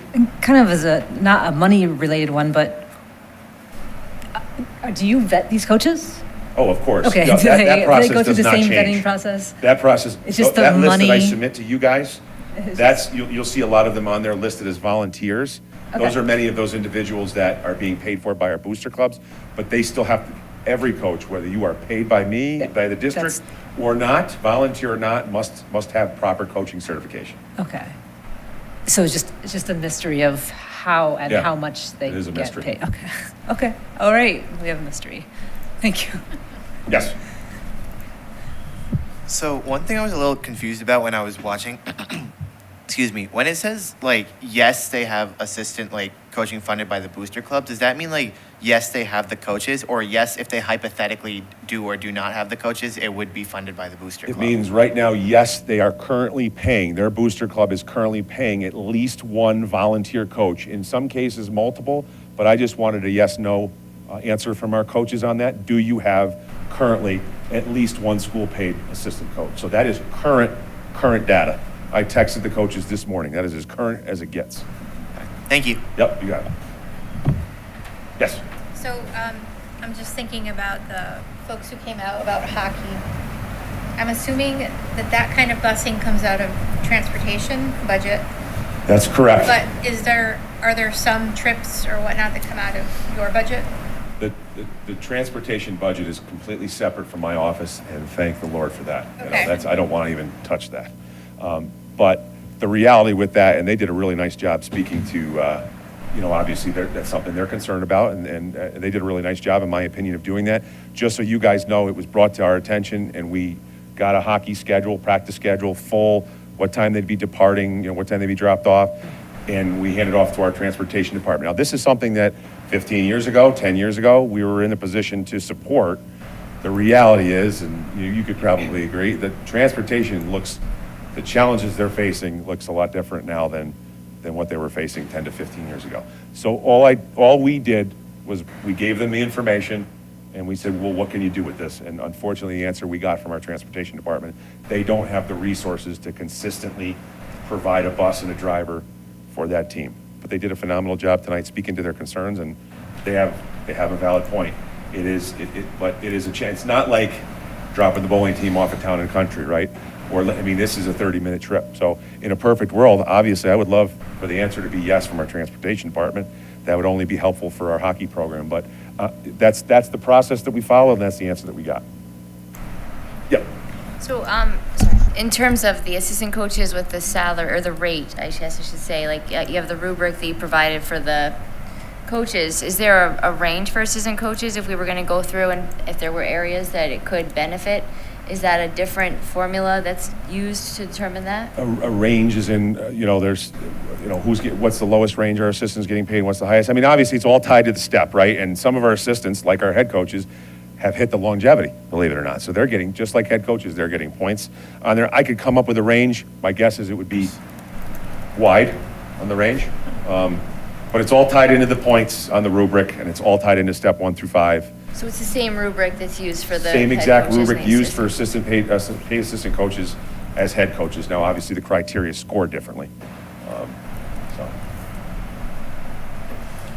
Have you tried to ask for assistant coaches in your budget I recently? could, going back the last couple of years specifically, I've included it in stage 1, stage 2. But listen, I just advise, I just advocate. I'm very well aware balancing a budget is a challenge. And I'm very well aware, I tell these guys when I come to these meetings, I'm not coming to you with requests out of left field, pun intended, right?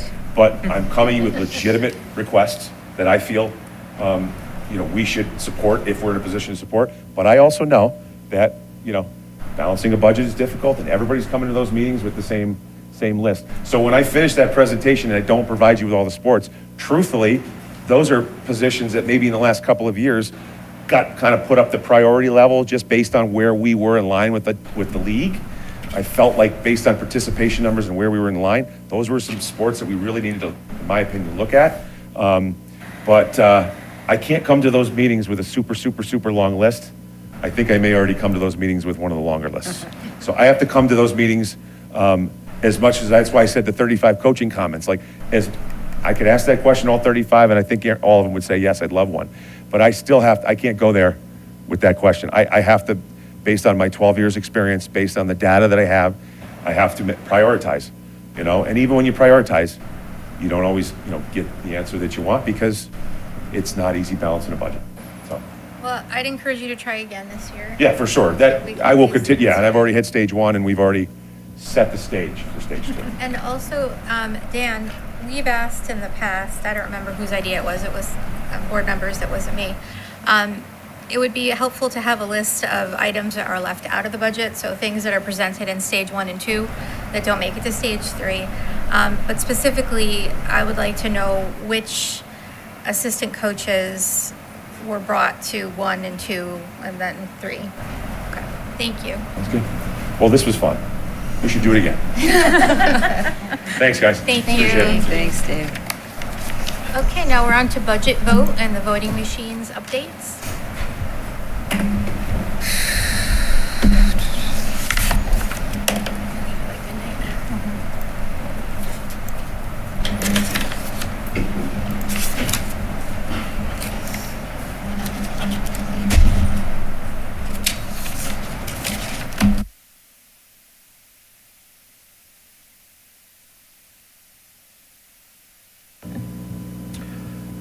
Good evening.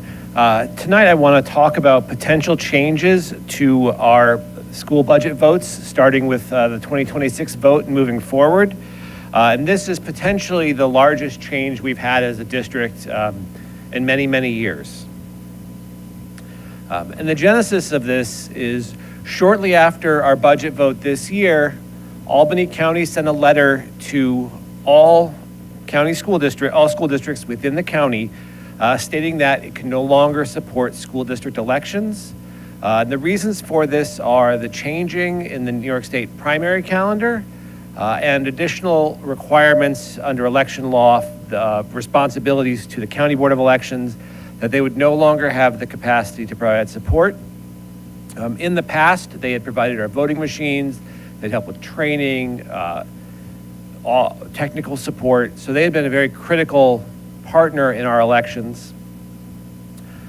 So faced with the prospect of having to buy election machines and staff to support 5 sites, we had a conversation about, well, what are the challenges we face with elections?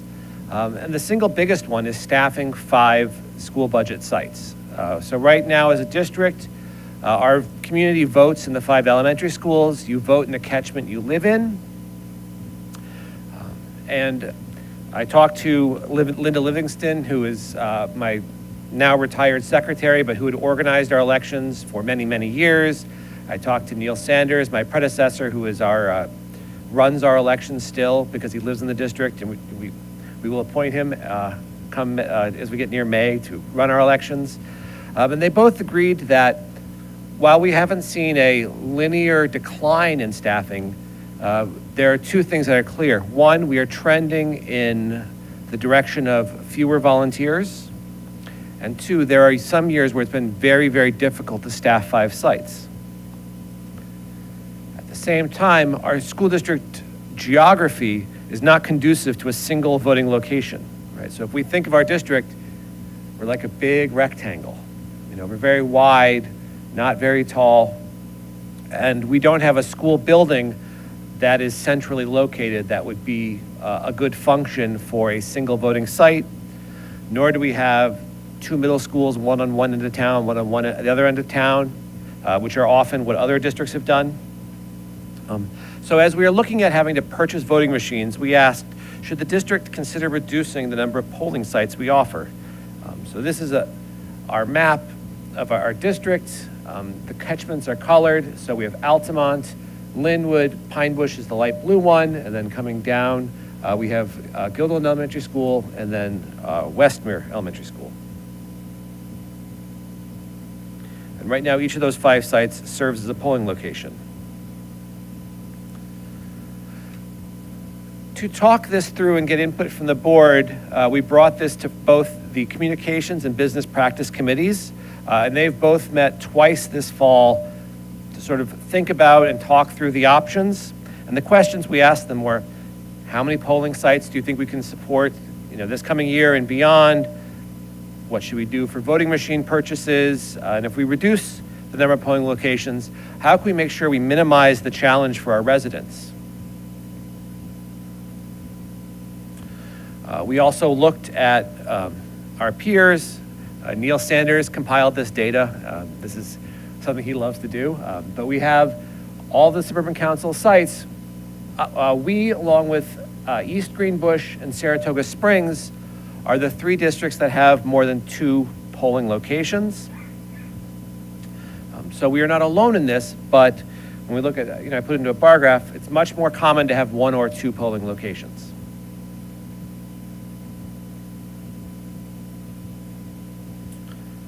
We also looked at total number of votes in each of our polling sites, because if we combined or collapsed, we wanted to try to make sure that we weren't concentrating all of the votes in a single site, creating potential burden, or might need additional voting machines to meet the capacity. So these are the total votes over the last 5 years in each catchment elementary school, as well as the average total of votes. And working with both of these committees, we came up with our current proposal, which is moving to 3 voting sites: Altamont Elementary School, Pine Bush Elementary School, and Westmere Elementary School.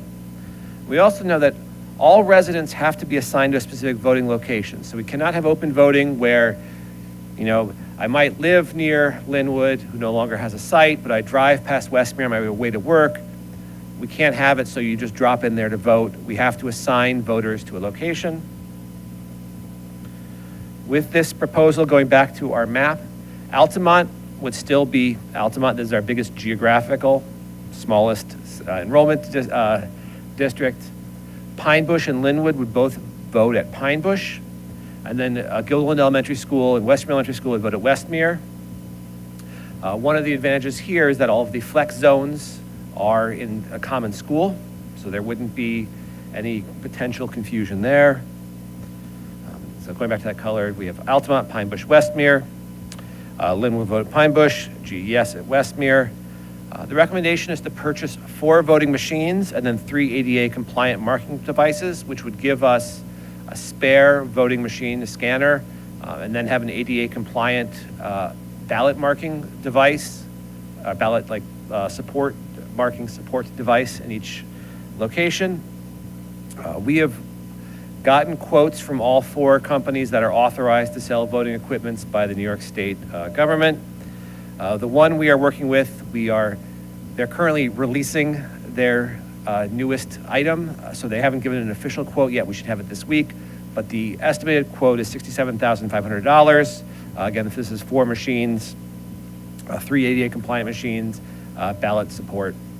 But this company is part of a coaster, so we would get BOCES aid on it. That's 60.4% back the following year.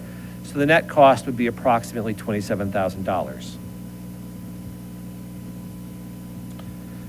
We take these trends and collapse them, we see that Linwood and Pine Bush and Guilderland and Westmere have very similar combined voting totals over this 5-year span.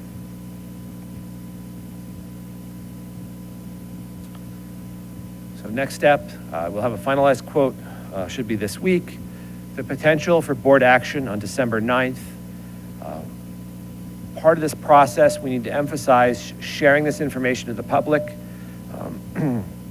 This is a dramatic change. We want to be as clear and transparent in a move that will increase the burden for some voters. We want to minimize that. We want to communicate as effectively, remind the community again and again that we have absentee and early voting mail options.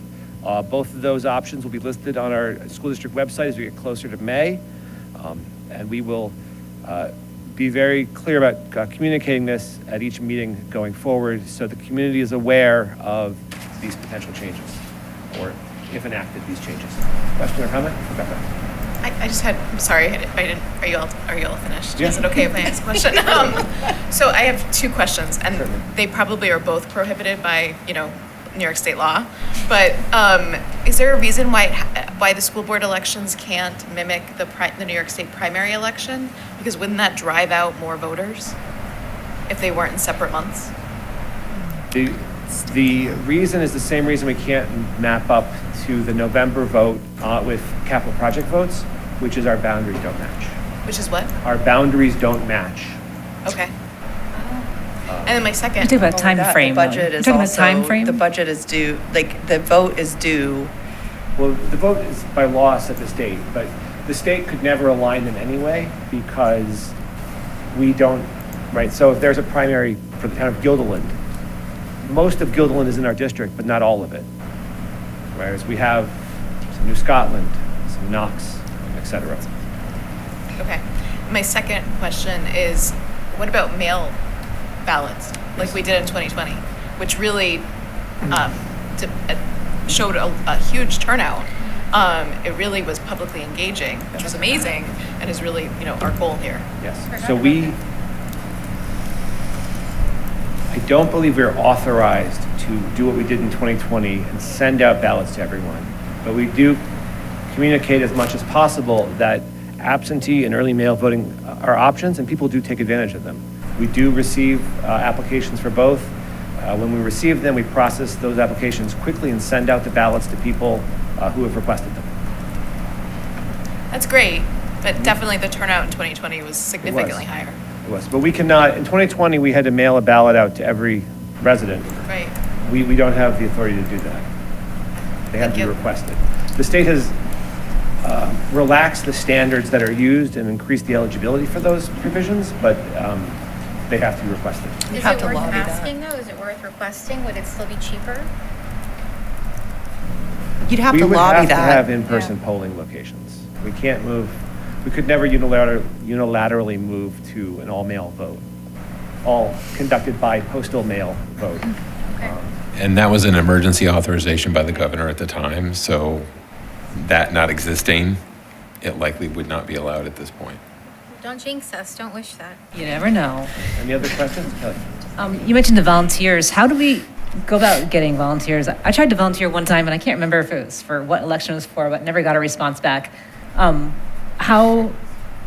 Is it up to us to get volunteers, or is it up to Albany County to get volunteers, or has that changed? We've identified, and we will be responsible, but we have found volunteers in the past. We've had a staff member from Albany County help us with the election, but I can give you the specifics on the recruitment. Linda did the recruitment, and I can get the specifics. Okay, well, this might be if we have a problem getting volunteers, then it sounds like it's on us to get the volunteers, right? Mm-hmm. All right.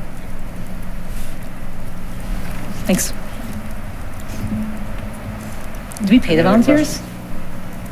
Do we pay volunteers I don't believe so, but I will get. That must have been the other one. But they do have paid volunteer poll workers, or just maybe not for school elections, right?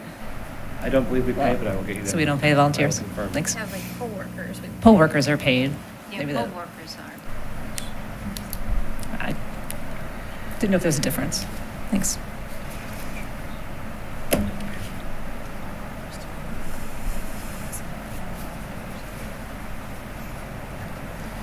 Would you mind to? That's the new One more. superintendent. I want to better understand the system. No, it doesn't feel right.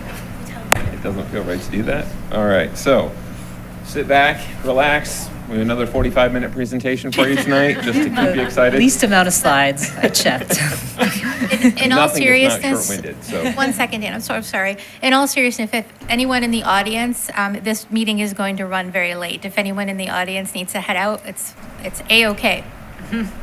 At any It's point. the most exciting part, though. You can watch this on YouTube. So as a new superintendent, obviously, there's a lot that I don't know about the district. I'm trying to learn what things are important to the district. Obviously, I don't come into contact with everyone in the district, so we sent out a thought exchange to give people the opportunity to share their thoughts and feelings about things that they thought were important. We had 381 people participate. They shared 234 thoughts. And also, if you've never done a thought exchange, you can also rate the importance of other people's comments to you on a scale of 1 to 5. So we had 7,962 ratings. This is sort of the breakdown collected into the big areas or thought processes. The number one area that received the most ratings was teacher and staff support, followed by community and engagement, student well-being and academics, followed by diversity, inclusion, school resources and facilities, and miscellaneous is any comment that did not fall into the other 5 at that point. Underneath the teacher and staff support, the main comments were community members shared that they valued our dedicated educators and staff that work in our schools. They recognized their role in student success. There were some concerns expressed over pay, staffing levels, and recognition. Were thoughts that sort of rang through across the survey. A number of thoughts called for greater teacher empowerment, consistent discipline policies, and reduced outside interference or classroom decisions. Now remember, this is not necessarily a reflection of what is going on, but these are values that people placed that they thought were important for me to know, for me to understand some of those boundaries. Under community engagement, in communication, respondents emphasized the importance of communication, inclusivity, and collaboration among family, staff, and administrators, knowing that we're in this together, that we need to work together. Concerns included limited school-to-parent communication in some of our buildings. Class sizes were a concern, and access to activities for everyone are things that are important to our community. Suggestions included revisiting start times. I'm probably not going to do that in my first year, just so you know. Expanding mental health supports, improving transparency, and strengthening trust and engagement, which only comes from building stronger relationships. Student well-being and academics highlighted priorities amongst academic rigor, student support, and clear communications. Participants noted that we need to strengthen our core programs, address class sizes, and enhance special education services for our student population. Feedback also emphasized diverse staffing, equitable resources, some clear behavior, and and ongoing attention to scheduling, staff support, inclusion, and parent involvement. Basically, the entire running of the school district, right? That is the heart of what we do. Those are things that are important and directly affect the well-being of our students and our academic programs. Diversity inclusion was viewed as both an asset and an area of growth, so we do well in some parts and there's some opportunities in others. Call for equitable supports for all, responses to bullying and bias, and more diverse staff representation would be requested. Concerns include resource disparities, gender inequity, and broader issues of potential bias and discrimination. And the community cited valuing empathy, inclusion, and accountability. In regard to school resources and facilities, interest in a more equitable resource distribution, access to counseling, speech therapy, and extracurricular opportunities are of value. Frequently referenced feedback included class size, teacher workload, and overall educational quality. And comments also pointed to a need for facility updates and continued investments in athletics and the arts. So moving forward, the plan for using this information, one, I'm going to use it to guide my thoughts about the things that are important to our community. I'm going to use it in the decision-making process and always reflect back to those things as we're making decisions not only about the budget, but about programming and opportunities moving forward. And I want to thank everyone for providing the feedback, rating the other feedback from individuals, and for being here tonight or watching this online for the presentation. Any immediate questions? All right, thank you.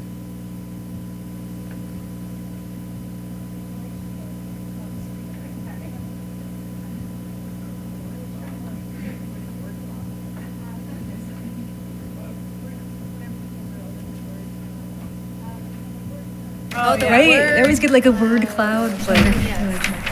That's the word cloud. Support. In case you're wondering what she's talking about, it's this. Yes, okay. I know what she's talking about. All right, let's move on to the consent items.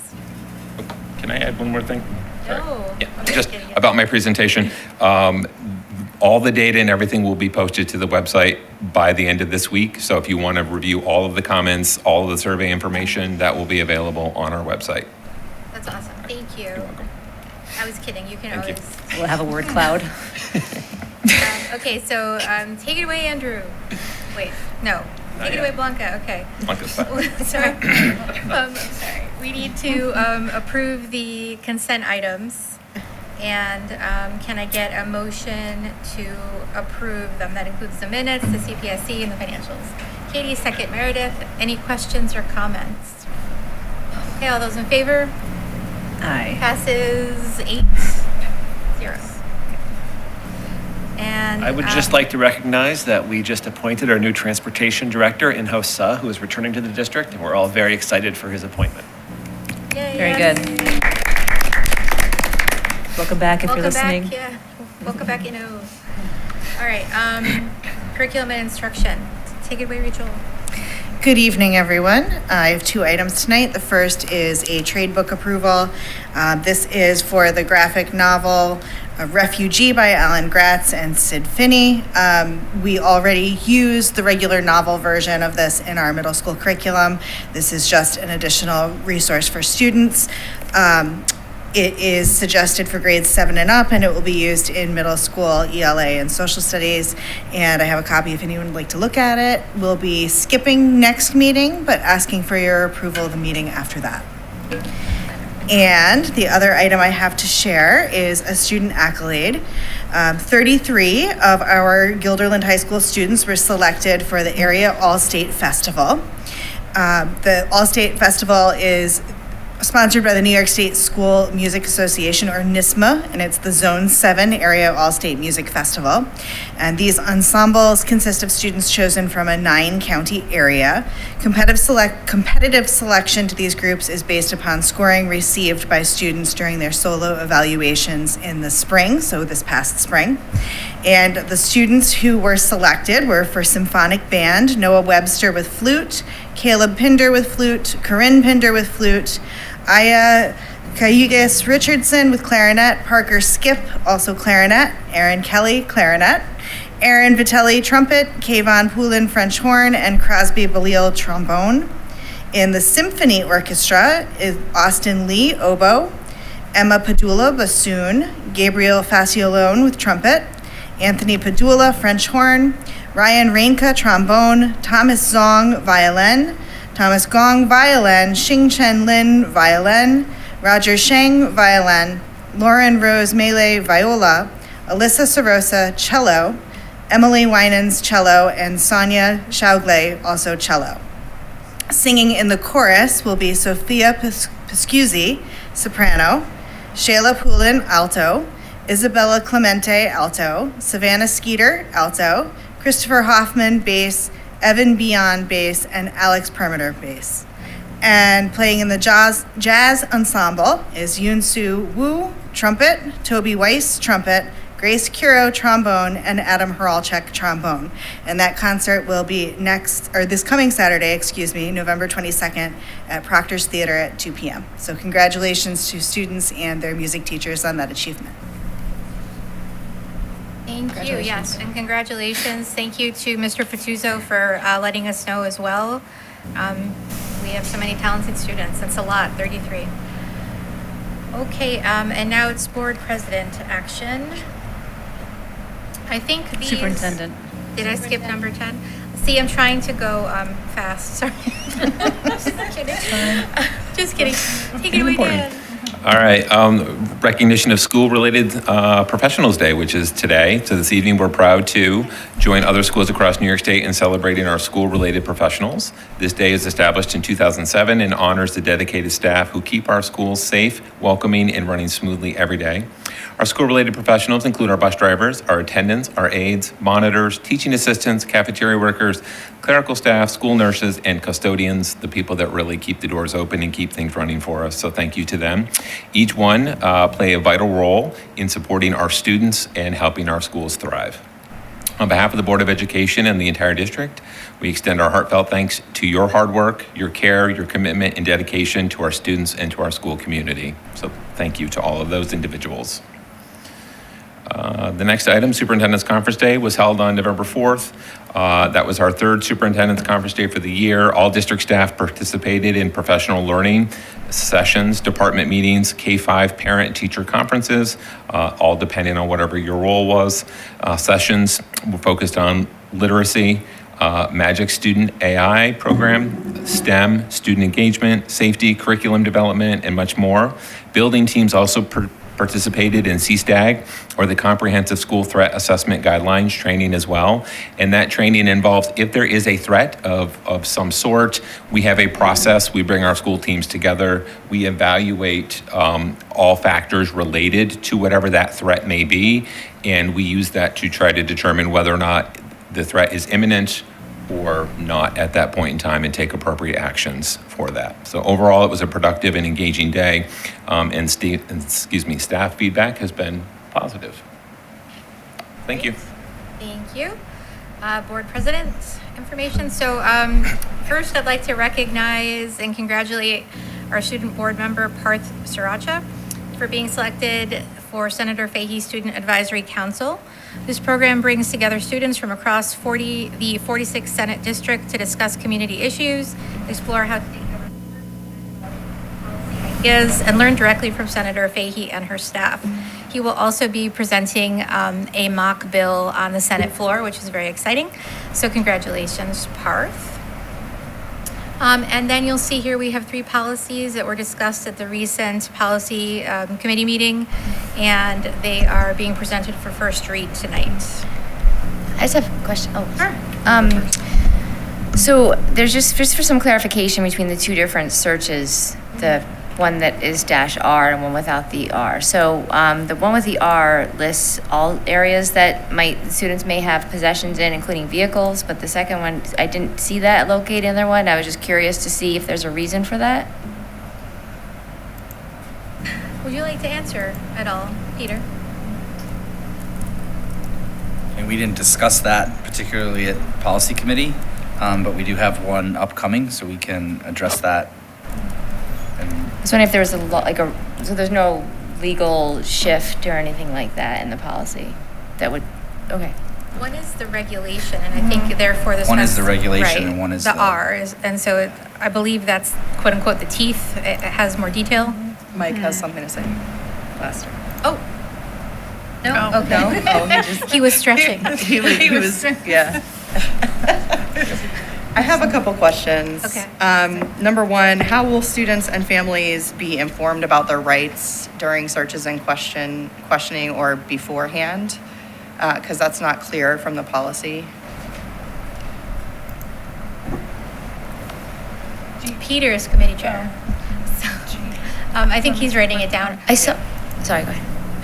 I did see it mentioned in there, but it was just basically saying that they will be informed, but you're saying it doesn't specify how. It needs to happen prior to a search, and this is only specifying how parents will be told after. So I think they need to be aware that this is even a possibility of happening and what their rights actually are. We have handbooks. That there and- would be attempts to contact a parent. Yeah. The problem, Yes. right, because there would be attempts made to contact a parent.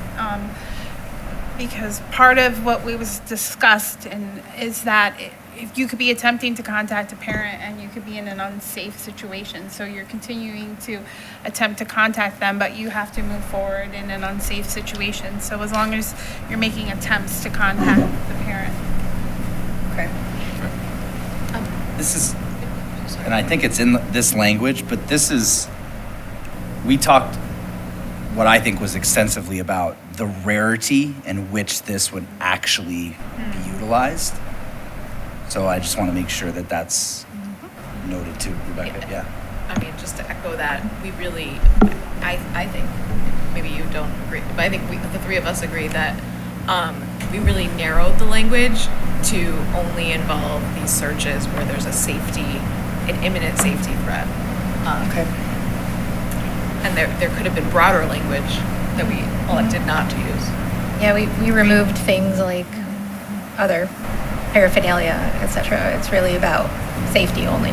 Okay, and then one thing I didn't see, and correct me if I'm wrong, was how this is going to be implemented consistently across buildings and schools, because it needs to be the same procedure through each school. And I think that there needs to be a level of accountability and it needs to be consistent. So how is the training going to be done? How are they going to know that, each school is doing it consistently the same? So once the policy is implemented, it's going to be the same training for all of our building principals. That way, we're all up functioning from the same policy with the same expectations. And will that training include bias training? Likely, yes.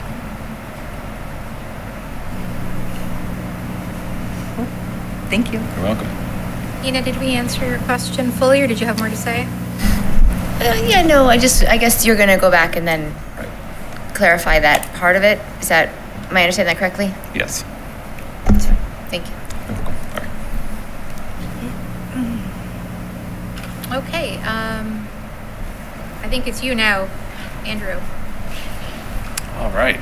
I have several items for your consideration tonight. The first is a resolution to correct the tax rolls and issue refunds. We were informed of a clerical error in the calculation of tax bills in the town of Guilderland that omitted agricultural exemptions from 4 properties. Okay, can I get a motion to approve the applications for refund? Peter? Second, Nina? Any questions or comments? All those in favor? Passes 8-0. Thank you. My next item is a college and the high school agreement with Hudson Valley Community College to make college and the high school courses available for college credit for our students this year. Can I get a motion to approve the college and the high school agreement with Hudson Valley? Katie, second.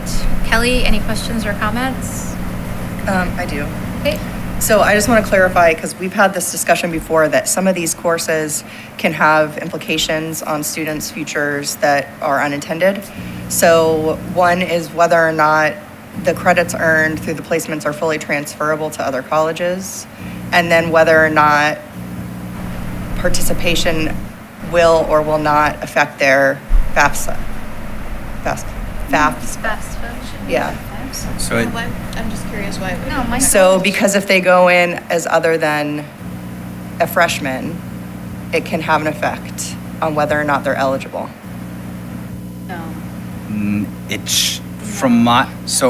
So when we get to the vote, I need to abstain because this is very in line with the work that I do, and I'm going to abstain from voting on this one. So my understanding is that it does not impact FAFSA. Yeah. And the other question about whether college credits are transferable or not is a very large, that's a big question, right? So the difference between whether your credits can transfer and whether they meet major requirements are in some ways 2 very different things. Yeah. Courses from Hudson Valley historically are transferable to a host of schools, but whether you're given elective credit and just credit, or whether you're given that particular course as a program requirement, Right. is going to be based on the institution that you apply to and the major. And it's a very big question. Right. A course I think one of the courses in the agreement is it's Education and Society, EDUC 110 at Hudson Valley.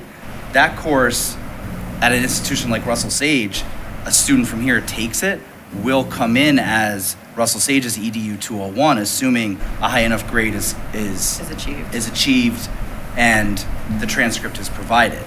An institution like, I don't even want to venture a guess, right? Might just bring that in as elective credit, but they also might bring it in a different way. So that's a very institution-based question. But Hudson Valley, very reputable, very like, those credits go lots of places for folks in this case. Yep. My daughter she has 9 credits from Hudson Valley, and they all transferred with her. In fact, it has nothing to do with FAFSA.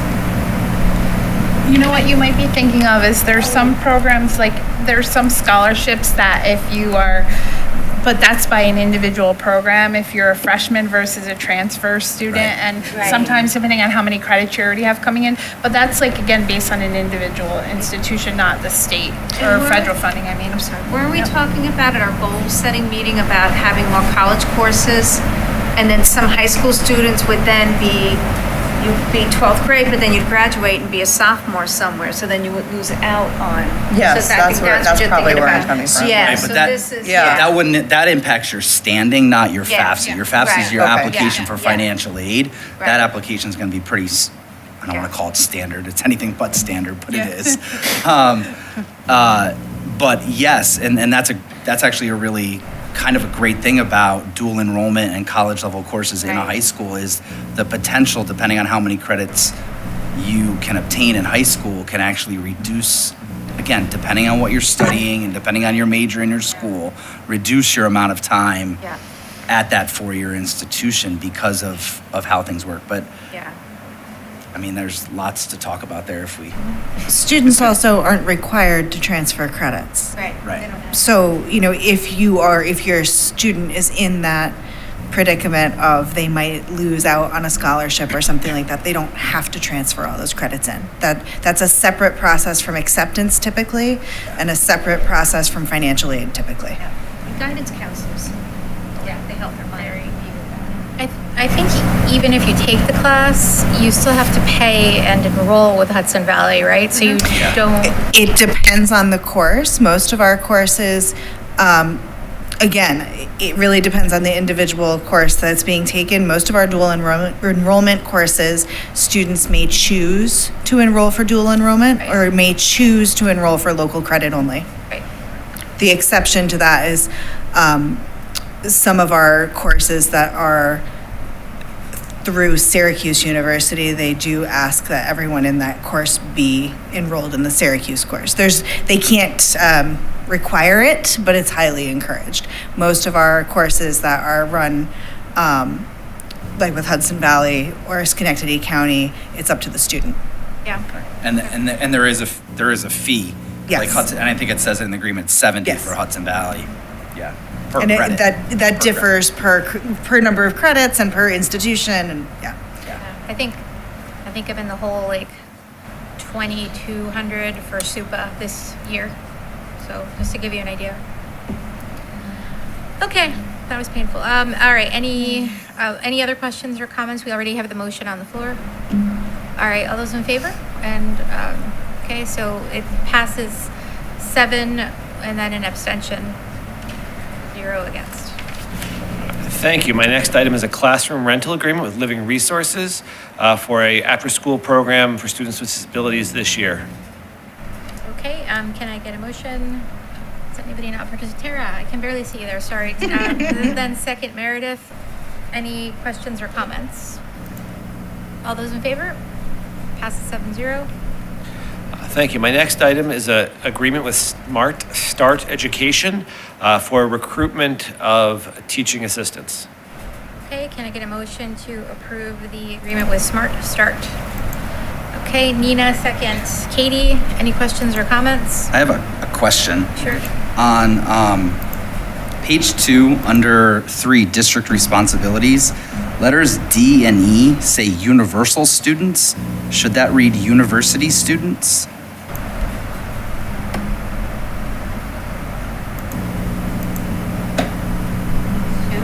Page 2, read D, universal students seeking graduate degrees may be eligible for an internship certificate, etc.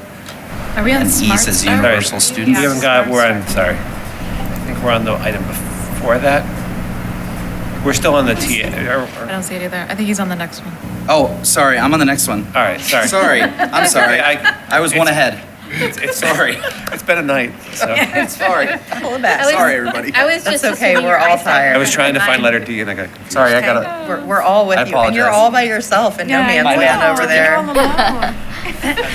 Sorry about that. I'll save that for the next one. All those in favor? Okay, passes 7-0. Or wait, 8-0. Good Lord. Next, Andrew. The next is the internship agreement with Siena College. Can I get a motion to, I thought you were going to say more. Can I get a motion to approve the agreement with Siena College? Meredith, second Tara. Any questions or comments? This is where I'd like to ask about. I will have to look into that. I don't Should- have the answer. I'll have to look into that. Okay, It's so up to the board if they want to pull this or. Okay, Peter, what was your question on this one? On 3D and 3E, it says universal students. Should it say university students? Universal students. I think it Yes, it should say university Yeah, students. So For, yep, I mean, can we approve it with a, with that change, With that you change. can, Yeah. with that if you want to change. amend your motion. what does the actual How did you document catch that with say? that teeny tiny thing? Universal. I know. Document within the document, not just the. Was Meredith Correct. there? Meredith, can you amend your motion to accept it with the typo being fixed? Yes. Thank you. And then, I think it was Tara that was second. Yeah. Okay. I don't know. is All it those in Sienna favor of approving Originated from Seattle. once Yep. it's corrected? Okay. Can we correct it? You're not raising your hand? I'm going to abstain from this one as This well one, for the okay. same reasons as the Perfect. Hudson Valley one. Okay, based on so everything else. 7-1-0. Correct their doc, need to go to their documents. My next item is a service agreement with Barbara Collins to provide occupational therapy services for students at St. Madeline Sophie and other out-of-district placements who we were responsible to provide services to. Okay, can I get a motion to approve the agreement with Barbara Collins? Peter, second. Katie, any questions or comments? All those in favor? 8-0. Thank you. My next item is the declaration of surplus obsolete property, which is itemized in the agenda. These items will go out for bid. They are deemed surplus by our district. Okay, can I get a motion to approve the surplus obsolete property? All right, Kelly, second. Nina, any questions or comments? Good question. Yes. So the STEM equipment, is that already replaced, or does it need to be replaced? The STEM equipment? Or The- like the the microscopes, microscopes? any of the science stuff? They, for the most part, have been replaced. Some of them were items from the middle school that are no longer used at all because they no longer align with the curriculum. But our high school microscopes are on our replacement schedule. Okay, great, thank you. Okay, and then we already had the motions on the floor, so everybody votes. All those in favor? No abstentions? Okay, passes 8-0. Thank you. My final item are donations. We have Skylar and Patrick Ryan donated a baby grand piano to the district. Skylar Ryan also, I want to recognize her being a member of the audit committee until she had to move out of the district. Carl Sofka donated a clarinet to the music department. Brian Heitner donated 2 books, If People Are So Smart, A Dog's Perspective, and If People Are So Smart, A Cat's Perspective. Debbie Nickerson donated the following books, The Guinness World Records 2025, The Enemy's Daughter, It's About Time, Big Ideas That Change the World, If You Were a Kid at Ellis Island, and The Puffin Keeper. All right, that's very nice. Motion to accept the donations. Rebecca, I'm trying to, Gary. Rebecca, and then second, Nina, any questions or comments? All those in favor? 8-0. Thank you. So looking for some co-curricular club approvals, first being for a new club request for Guilderland High School writing, provided by the Writing Center with Mr. Missoura, and also new club Guilderland High School games, tabletop games by Ms. Abigail Riley. Great. Can I get a motion to approve the co-curricular clubs? Kelly, second. Nina, any questions or comments? I just want to say, I think that this is great. I wish that I had this when I was in school. I'm excited that Mr. Missouri is leading this up, actually. It's very cool. That's great. My daughter has him. All right, all those in favor? Passes 8-0. The next item, memorandum of agreement. The board will authorize the superintendent to execute the proposed memorandum of agreement between Guilderland Central School and the Guilderland Teaching Assistants Association. Okay, motion to approve the MOU or MOA. Katie, second. Tara, any questions or comments? All those in favor? Passes 8-0. And now it's me. Board President action. We don't really have anything. So board committee reports. We will start with audits. We haven't met since the last meeting. We were very fortunate to get a robust community response to our request for applications for the community member of the audit committee. So we're in the process of scheduling interviews. Awesome. Thank you. And you're just looking for one, right? One, and we have 7 applicants. Great. Okay. Business practices. Well, Andrew, basically, that's what we talked about. Thanks, Andrew. Okay. Communications. Communications, we heard about it in the report and also in the thought exchange. The only other thing that we covered was the upcoming climate and culture survey. We reviewed the questions and talked about ways that it would be administered and reviewed the demographics again. Great. DEI meets tomorrow. The subcommittees met 2 weeks ago. Yeah. Was anybody able to attend the subcommittee meetings? I think it was Kim. Were you able to attend? I was there, me, Kim, Dan, we were on the same committee. And Juanita tried, she got there late, but she was sitting. She got locked out of the room. She got locked out. I went back to the home page just to say hi to her. I waited the whole time though. I know you did. Good for you. Oh my gosh. If only you were paid, Nina. I'm sorry. Okay. So, did you want to give a report or anything, like about what happened, or? No. Well, we talked about a lot of different things, and then Dan kind of pulled everything together. Excellent. Right? Is that what Yes. you did, Dan? Yes, that works beautifully.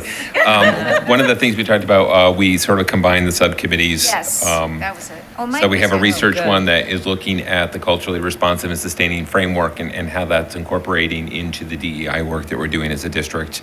On the other subcommittee side, we're looking at community engagement and communications, looking for a way to engage the community with information about our DEI program. And we sort of centered around, but didn't necessarily finalize, what DEI is and what it isn't as kind of our starting point of creating something that we can share with people, that we can have an event and start that process to really level set what our program is and what it isn't in light of the political climate that goes on right now, so that people understand Guilderland and what we're really trying to do for our students and our community at this point.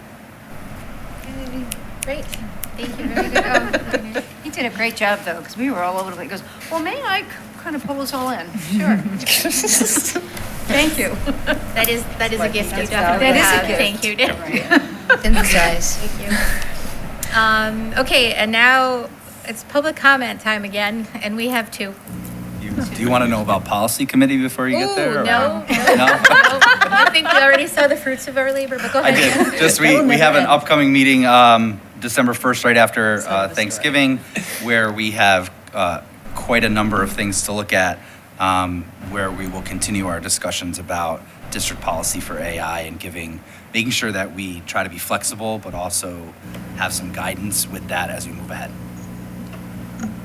Great. Thank you. And on to public comment. Bear with me, it's like a 3-point font. This is from Ms. Gillespie. It is about the Storm Varsity Hockey Transportation. Dear board members, my name is Pat Gillespie. I am a current Guilderland Town resident with a wife and 2 children, 7 and 10. I am writing to voice my support for the allocation of transportation resources for our student athletes from Guilderland High School to Storm Varsity Hockey practices at the Ray Memorial Rink, Schenectady County Recreation Facility. I'm currently a head coach in the Schenectady Youth Hockey Organization, which is a developmental youth program that feeds directly into local high school hockey programs that include our Guilderland Storm combined school varsity program. I was an assistant varsity coach for Guilderland High School from the inception of the program in 2001, 2002, and then 2008 and 2009, and understand the resource challenges for a varsity hockey program. The current challenge directly in front of us is the safe transportation of our athletes to an off-campus practice facility. For many for many families, both parents work and transportation to the rink for practice during work hours is a huge challenge and a potential deterrent from participating. From my understanding, Guilderland High School also has a combined school varsity swimming program with Voorheesville. The district provides transportation from the high school to an off-campus pool at Voorheesville High School. As a district and community, we want to give every eligible athlete the same opportunity. We do not want transportation to be a deterrent for an athlete to represent their school in a varsity program. In the Schenectady Youth Hockey Program, we currently have 34 players from ages 8 to 18 that are Guilderland Town residents. This number does not include Guilderland Town residents that participate in other local youth hockey organizations that include Troy, Albany, Bethlehem, and Clifton Park. The future numbers to feed the varsity hockey program are very favorable. The need for safe transportation is now but should also be planned for moving forward.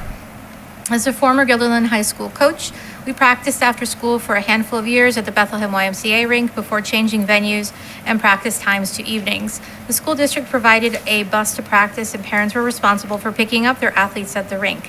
This relieved the transportation burden so parents could work and student athletes could represent their school at the varsity level.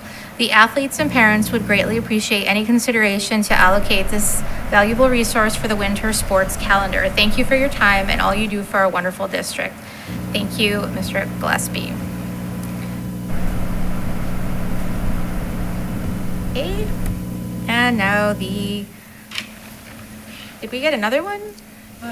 Someone said that the board seeing that was all that he needed. Mr. Pike, to be read. Oh, it does not need to be read? Correct. You did not want it to be read. Correct. Okay. We see it. I see it. Just bear with me 1 second. I want to make sure it's the right. Yes, okay, so we'll skip that one. Okay, thank you. So I think we're on to board ideas and sharing. I do have one question, just because we just talked about this. So this is a combined team with Voorheesville, and so I'm just going to pose this to Dan, because you're in charge. Could we explore the possibility of sharing that transportation burden with Voorheesville? Do they bus their students? Like, I don't know if they already bus their own or not, but if not, maybe it's something we can share the cost and responsibility. Well, and I think a very important distinction about that public comment is that's the first time we've heard the option of busing to and not from. And not from. Right. And then if we were to take that and split that with, or share that, right? Now, the issue is that they have two places that they go. Yep. So I'd also like to know whether or not that could be done a little differently. Right, like they with could lift weight training, right? Whether they can do that in the morning before school or other options so that they're not going to two different places. Yeah, that makes sense. Also, I'm just wondering where they store all their supplies. So they. Yeah, so I was actually thinking that. So Lucy is a field hockey goalie, and I can fit in her bag, like just to give you an idea of how big it is. And it's hard to get her a ride if anybody has a Tesla or a sedan. They can't fit her bag in there, and thankfully, Coach Sykes will allow her to leave her bag in there, but I'm not sure that we can ask the teachers to accommodate those enormous bags. But anyway, yeah, so I was wondering that too. I don't know what the answer is. I'm just putting it. It is a combined team with 5. Yes, that's what total schools. Oh, wow. Oh, really? It's Voorheesville, Mahonison, Shelmont, Scotia, and us. So it'd be good to know if any of them are busing and if they want to share. Yeah. Okay. And, a little background too on hockey, the districts that have teams have different structures. So for example, in Bethlehem, they provide everything for their students in terms of busing and, to and from. but they have a slightly different model in terms of the way the team is structured there. We do offer some support to the team as a district. I think Does Bethlehem, though, go to the YMCA? Because I know that the ice rink there hosts Bethlehem Ice Hockey right down the road. Yeah, I don't know. I'd have to. I think they have down the road access. Yeah, which is it's more much accessible closer. for It's them. much Yeah. closer to campus. Yep. Yeah. It's like 2-minute drive. Well, the 5 schools makes more sense because I was thinking, why are they going that far? There are closer rinks. Yeah, there's 5 schools. Yeah, that makes it make a lot more sense. You know, there's limited number of facilities. Yeah. And, you know, there's lots And they of things practice that go every into day. I don't know if this is like a much bigger problem though than just hockey. Like, are there other teams that didn't present tonight that maybe don't have busing? And if we try to, fix this one problem, I think my point is, this is a big problem that we can't fix, the 13 of us tonight. Yeah. So I think, We need more input from the transportation department. so in regard to hockey, I also want to make it clear that the timing of which they're requesting to leave, we do not have drivers on any consistent basis based on our dismissing of our buildings. That's the primary issue, right? If it was at 4:40 and we were leaving, say at 3:45, we likely would be able to do that, right? But to get to Scotia, for their 3:30 training, to then bus them, like that's the problem, is that initial bus getting the students from here because of our regular student runs. So it's not that, so there's a timing component to this as well, which is why it's way more complex than just a straight yes or no. So we're going to continue the conversation. As of right now, the answer for this week and for right now, until we find some other solution, is we can't have the kids leaving at 2:45 or 3 o'clock because we don't have a bus. Yeah. Now, if we were leaving at 3:30, that's not going to address their training at Scotia in any way, shape, or form, but, because they would miss that component. So that's going to continue a conversation, that's way beyond just a yes or no answer. Is that acceptable to the coach? Is that, right? There's a lot of other pieces we still need to continue to have a conversation. So we do need more, and I'm not sure if there's any other teams that are short on transportation. The vast majority of our other teams are practicing here within our school district, and we have a run that runs kids between pretty much every building we have, which adds another complicating layer to it. So we're not done having the conversation, but for right now, we can't promise transportation that we can't deliver until we find some alternative solution to it. Okay. But we will continue to examine what we can do to support one of our programs. Great, thank you. Thank you to the parents who brought that to our attention and the players. Andrew, I think you wanted to say something. I was just going to say that it was 5 schools, not 2. Oh, okay, all right. Any board ideas, sharing? Spoken a lot tonight, sorry. I just wanted to say, I wanted to bring attention to the new personal finance requirements and start that conversation a little bit. I think that I've been very vocal about my hope to see more life skills instruction in our curriculum, and I see this personal finance as kind of a step in the right direction. I think it also gives us a chance to think more broadly about the kind of skills our students need, not only to manage their own lives, but to participate more fully in their communities. And we've been talking about Portrait of a Graduate a lot. And I think the next step for us as a board is to also think about what we want to advocate for NYSSBA in the next 2 years. And one of the things that I'd like to put on the table is reassessing the requirements for graduation. Some of the more traditional pathways don't seem to be really not working, but necessary for what we're trying to achieve here in the public school system. And I think looking at what's required to graduate would be a good start at figuring out and offering. One of the things that came up when I was speaking to people about this, some of them in this room, is that as we add things to the curriculum that has to be achieved for graduation, we relieve them of choice in their electives. So being able to reassess what is actually required and look at it from what do we think Portrait of a Graduate actually means? I think that we should discuss that as a board and go to NYSBA and have that discussion of, are we ever going to reassess what's required and decide that maybe the choice is more important than some of these more traditional requirements? Isn't that's state ed though? It is, but they lobby Yeah. state ed.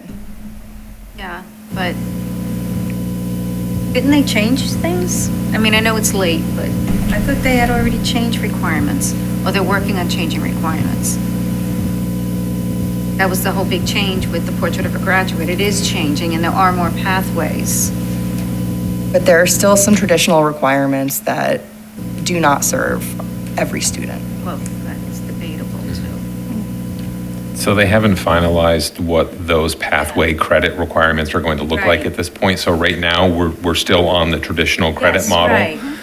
So as they explore it, is looking for options of, if you're going to add flexibility, what are you doing with the graduation credit requirements? And That's I think that's what Meredith is speaking to. And in the meantime, they're adding requirements without having, Are they adding? they just did. It's the ninth grade 2029 where the pathways will go into effect. So there's but there are other choices that will accommodate some of those pieces that you're speaking to, including the CTE requirement that's going to be implemented as well. So hopefully that will also incorporate those pieces. Yeah. I think it's important though too to note that, especially with these two most recent ones that have been in the news, the personal finance and the what's the other one? CTE. CTE. Yeah. That language that is out there that says it doesn't have to be a new offering. Right. That it can be embedded into Existing curriculum. what's happening. Yeah. So I think that's, it would be nice to hear as you continue to move forward what's being proposed, what's being thought about to keep us informed on that level. So we have already started discussions with our existing faculty and administrators who have purview over our current financial literacy and current CTE programs at both the middle school and the high school. So as we continue to have those discussions, I can update you as we go. Okay, great, thank you. Thank you. Can I get a motion for it to be bedtime? Nina. Second, Kelly. All those in favor? Aye. Thank you, everyone.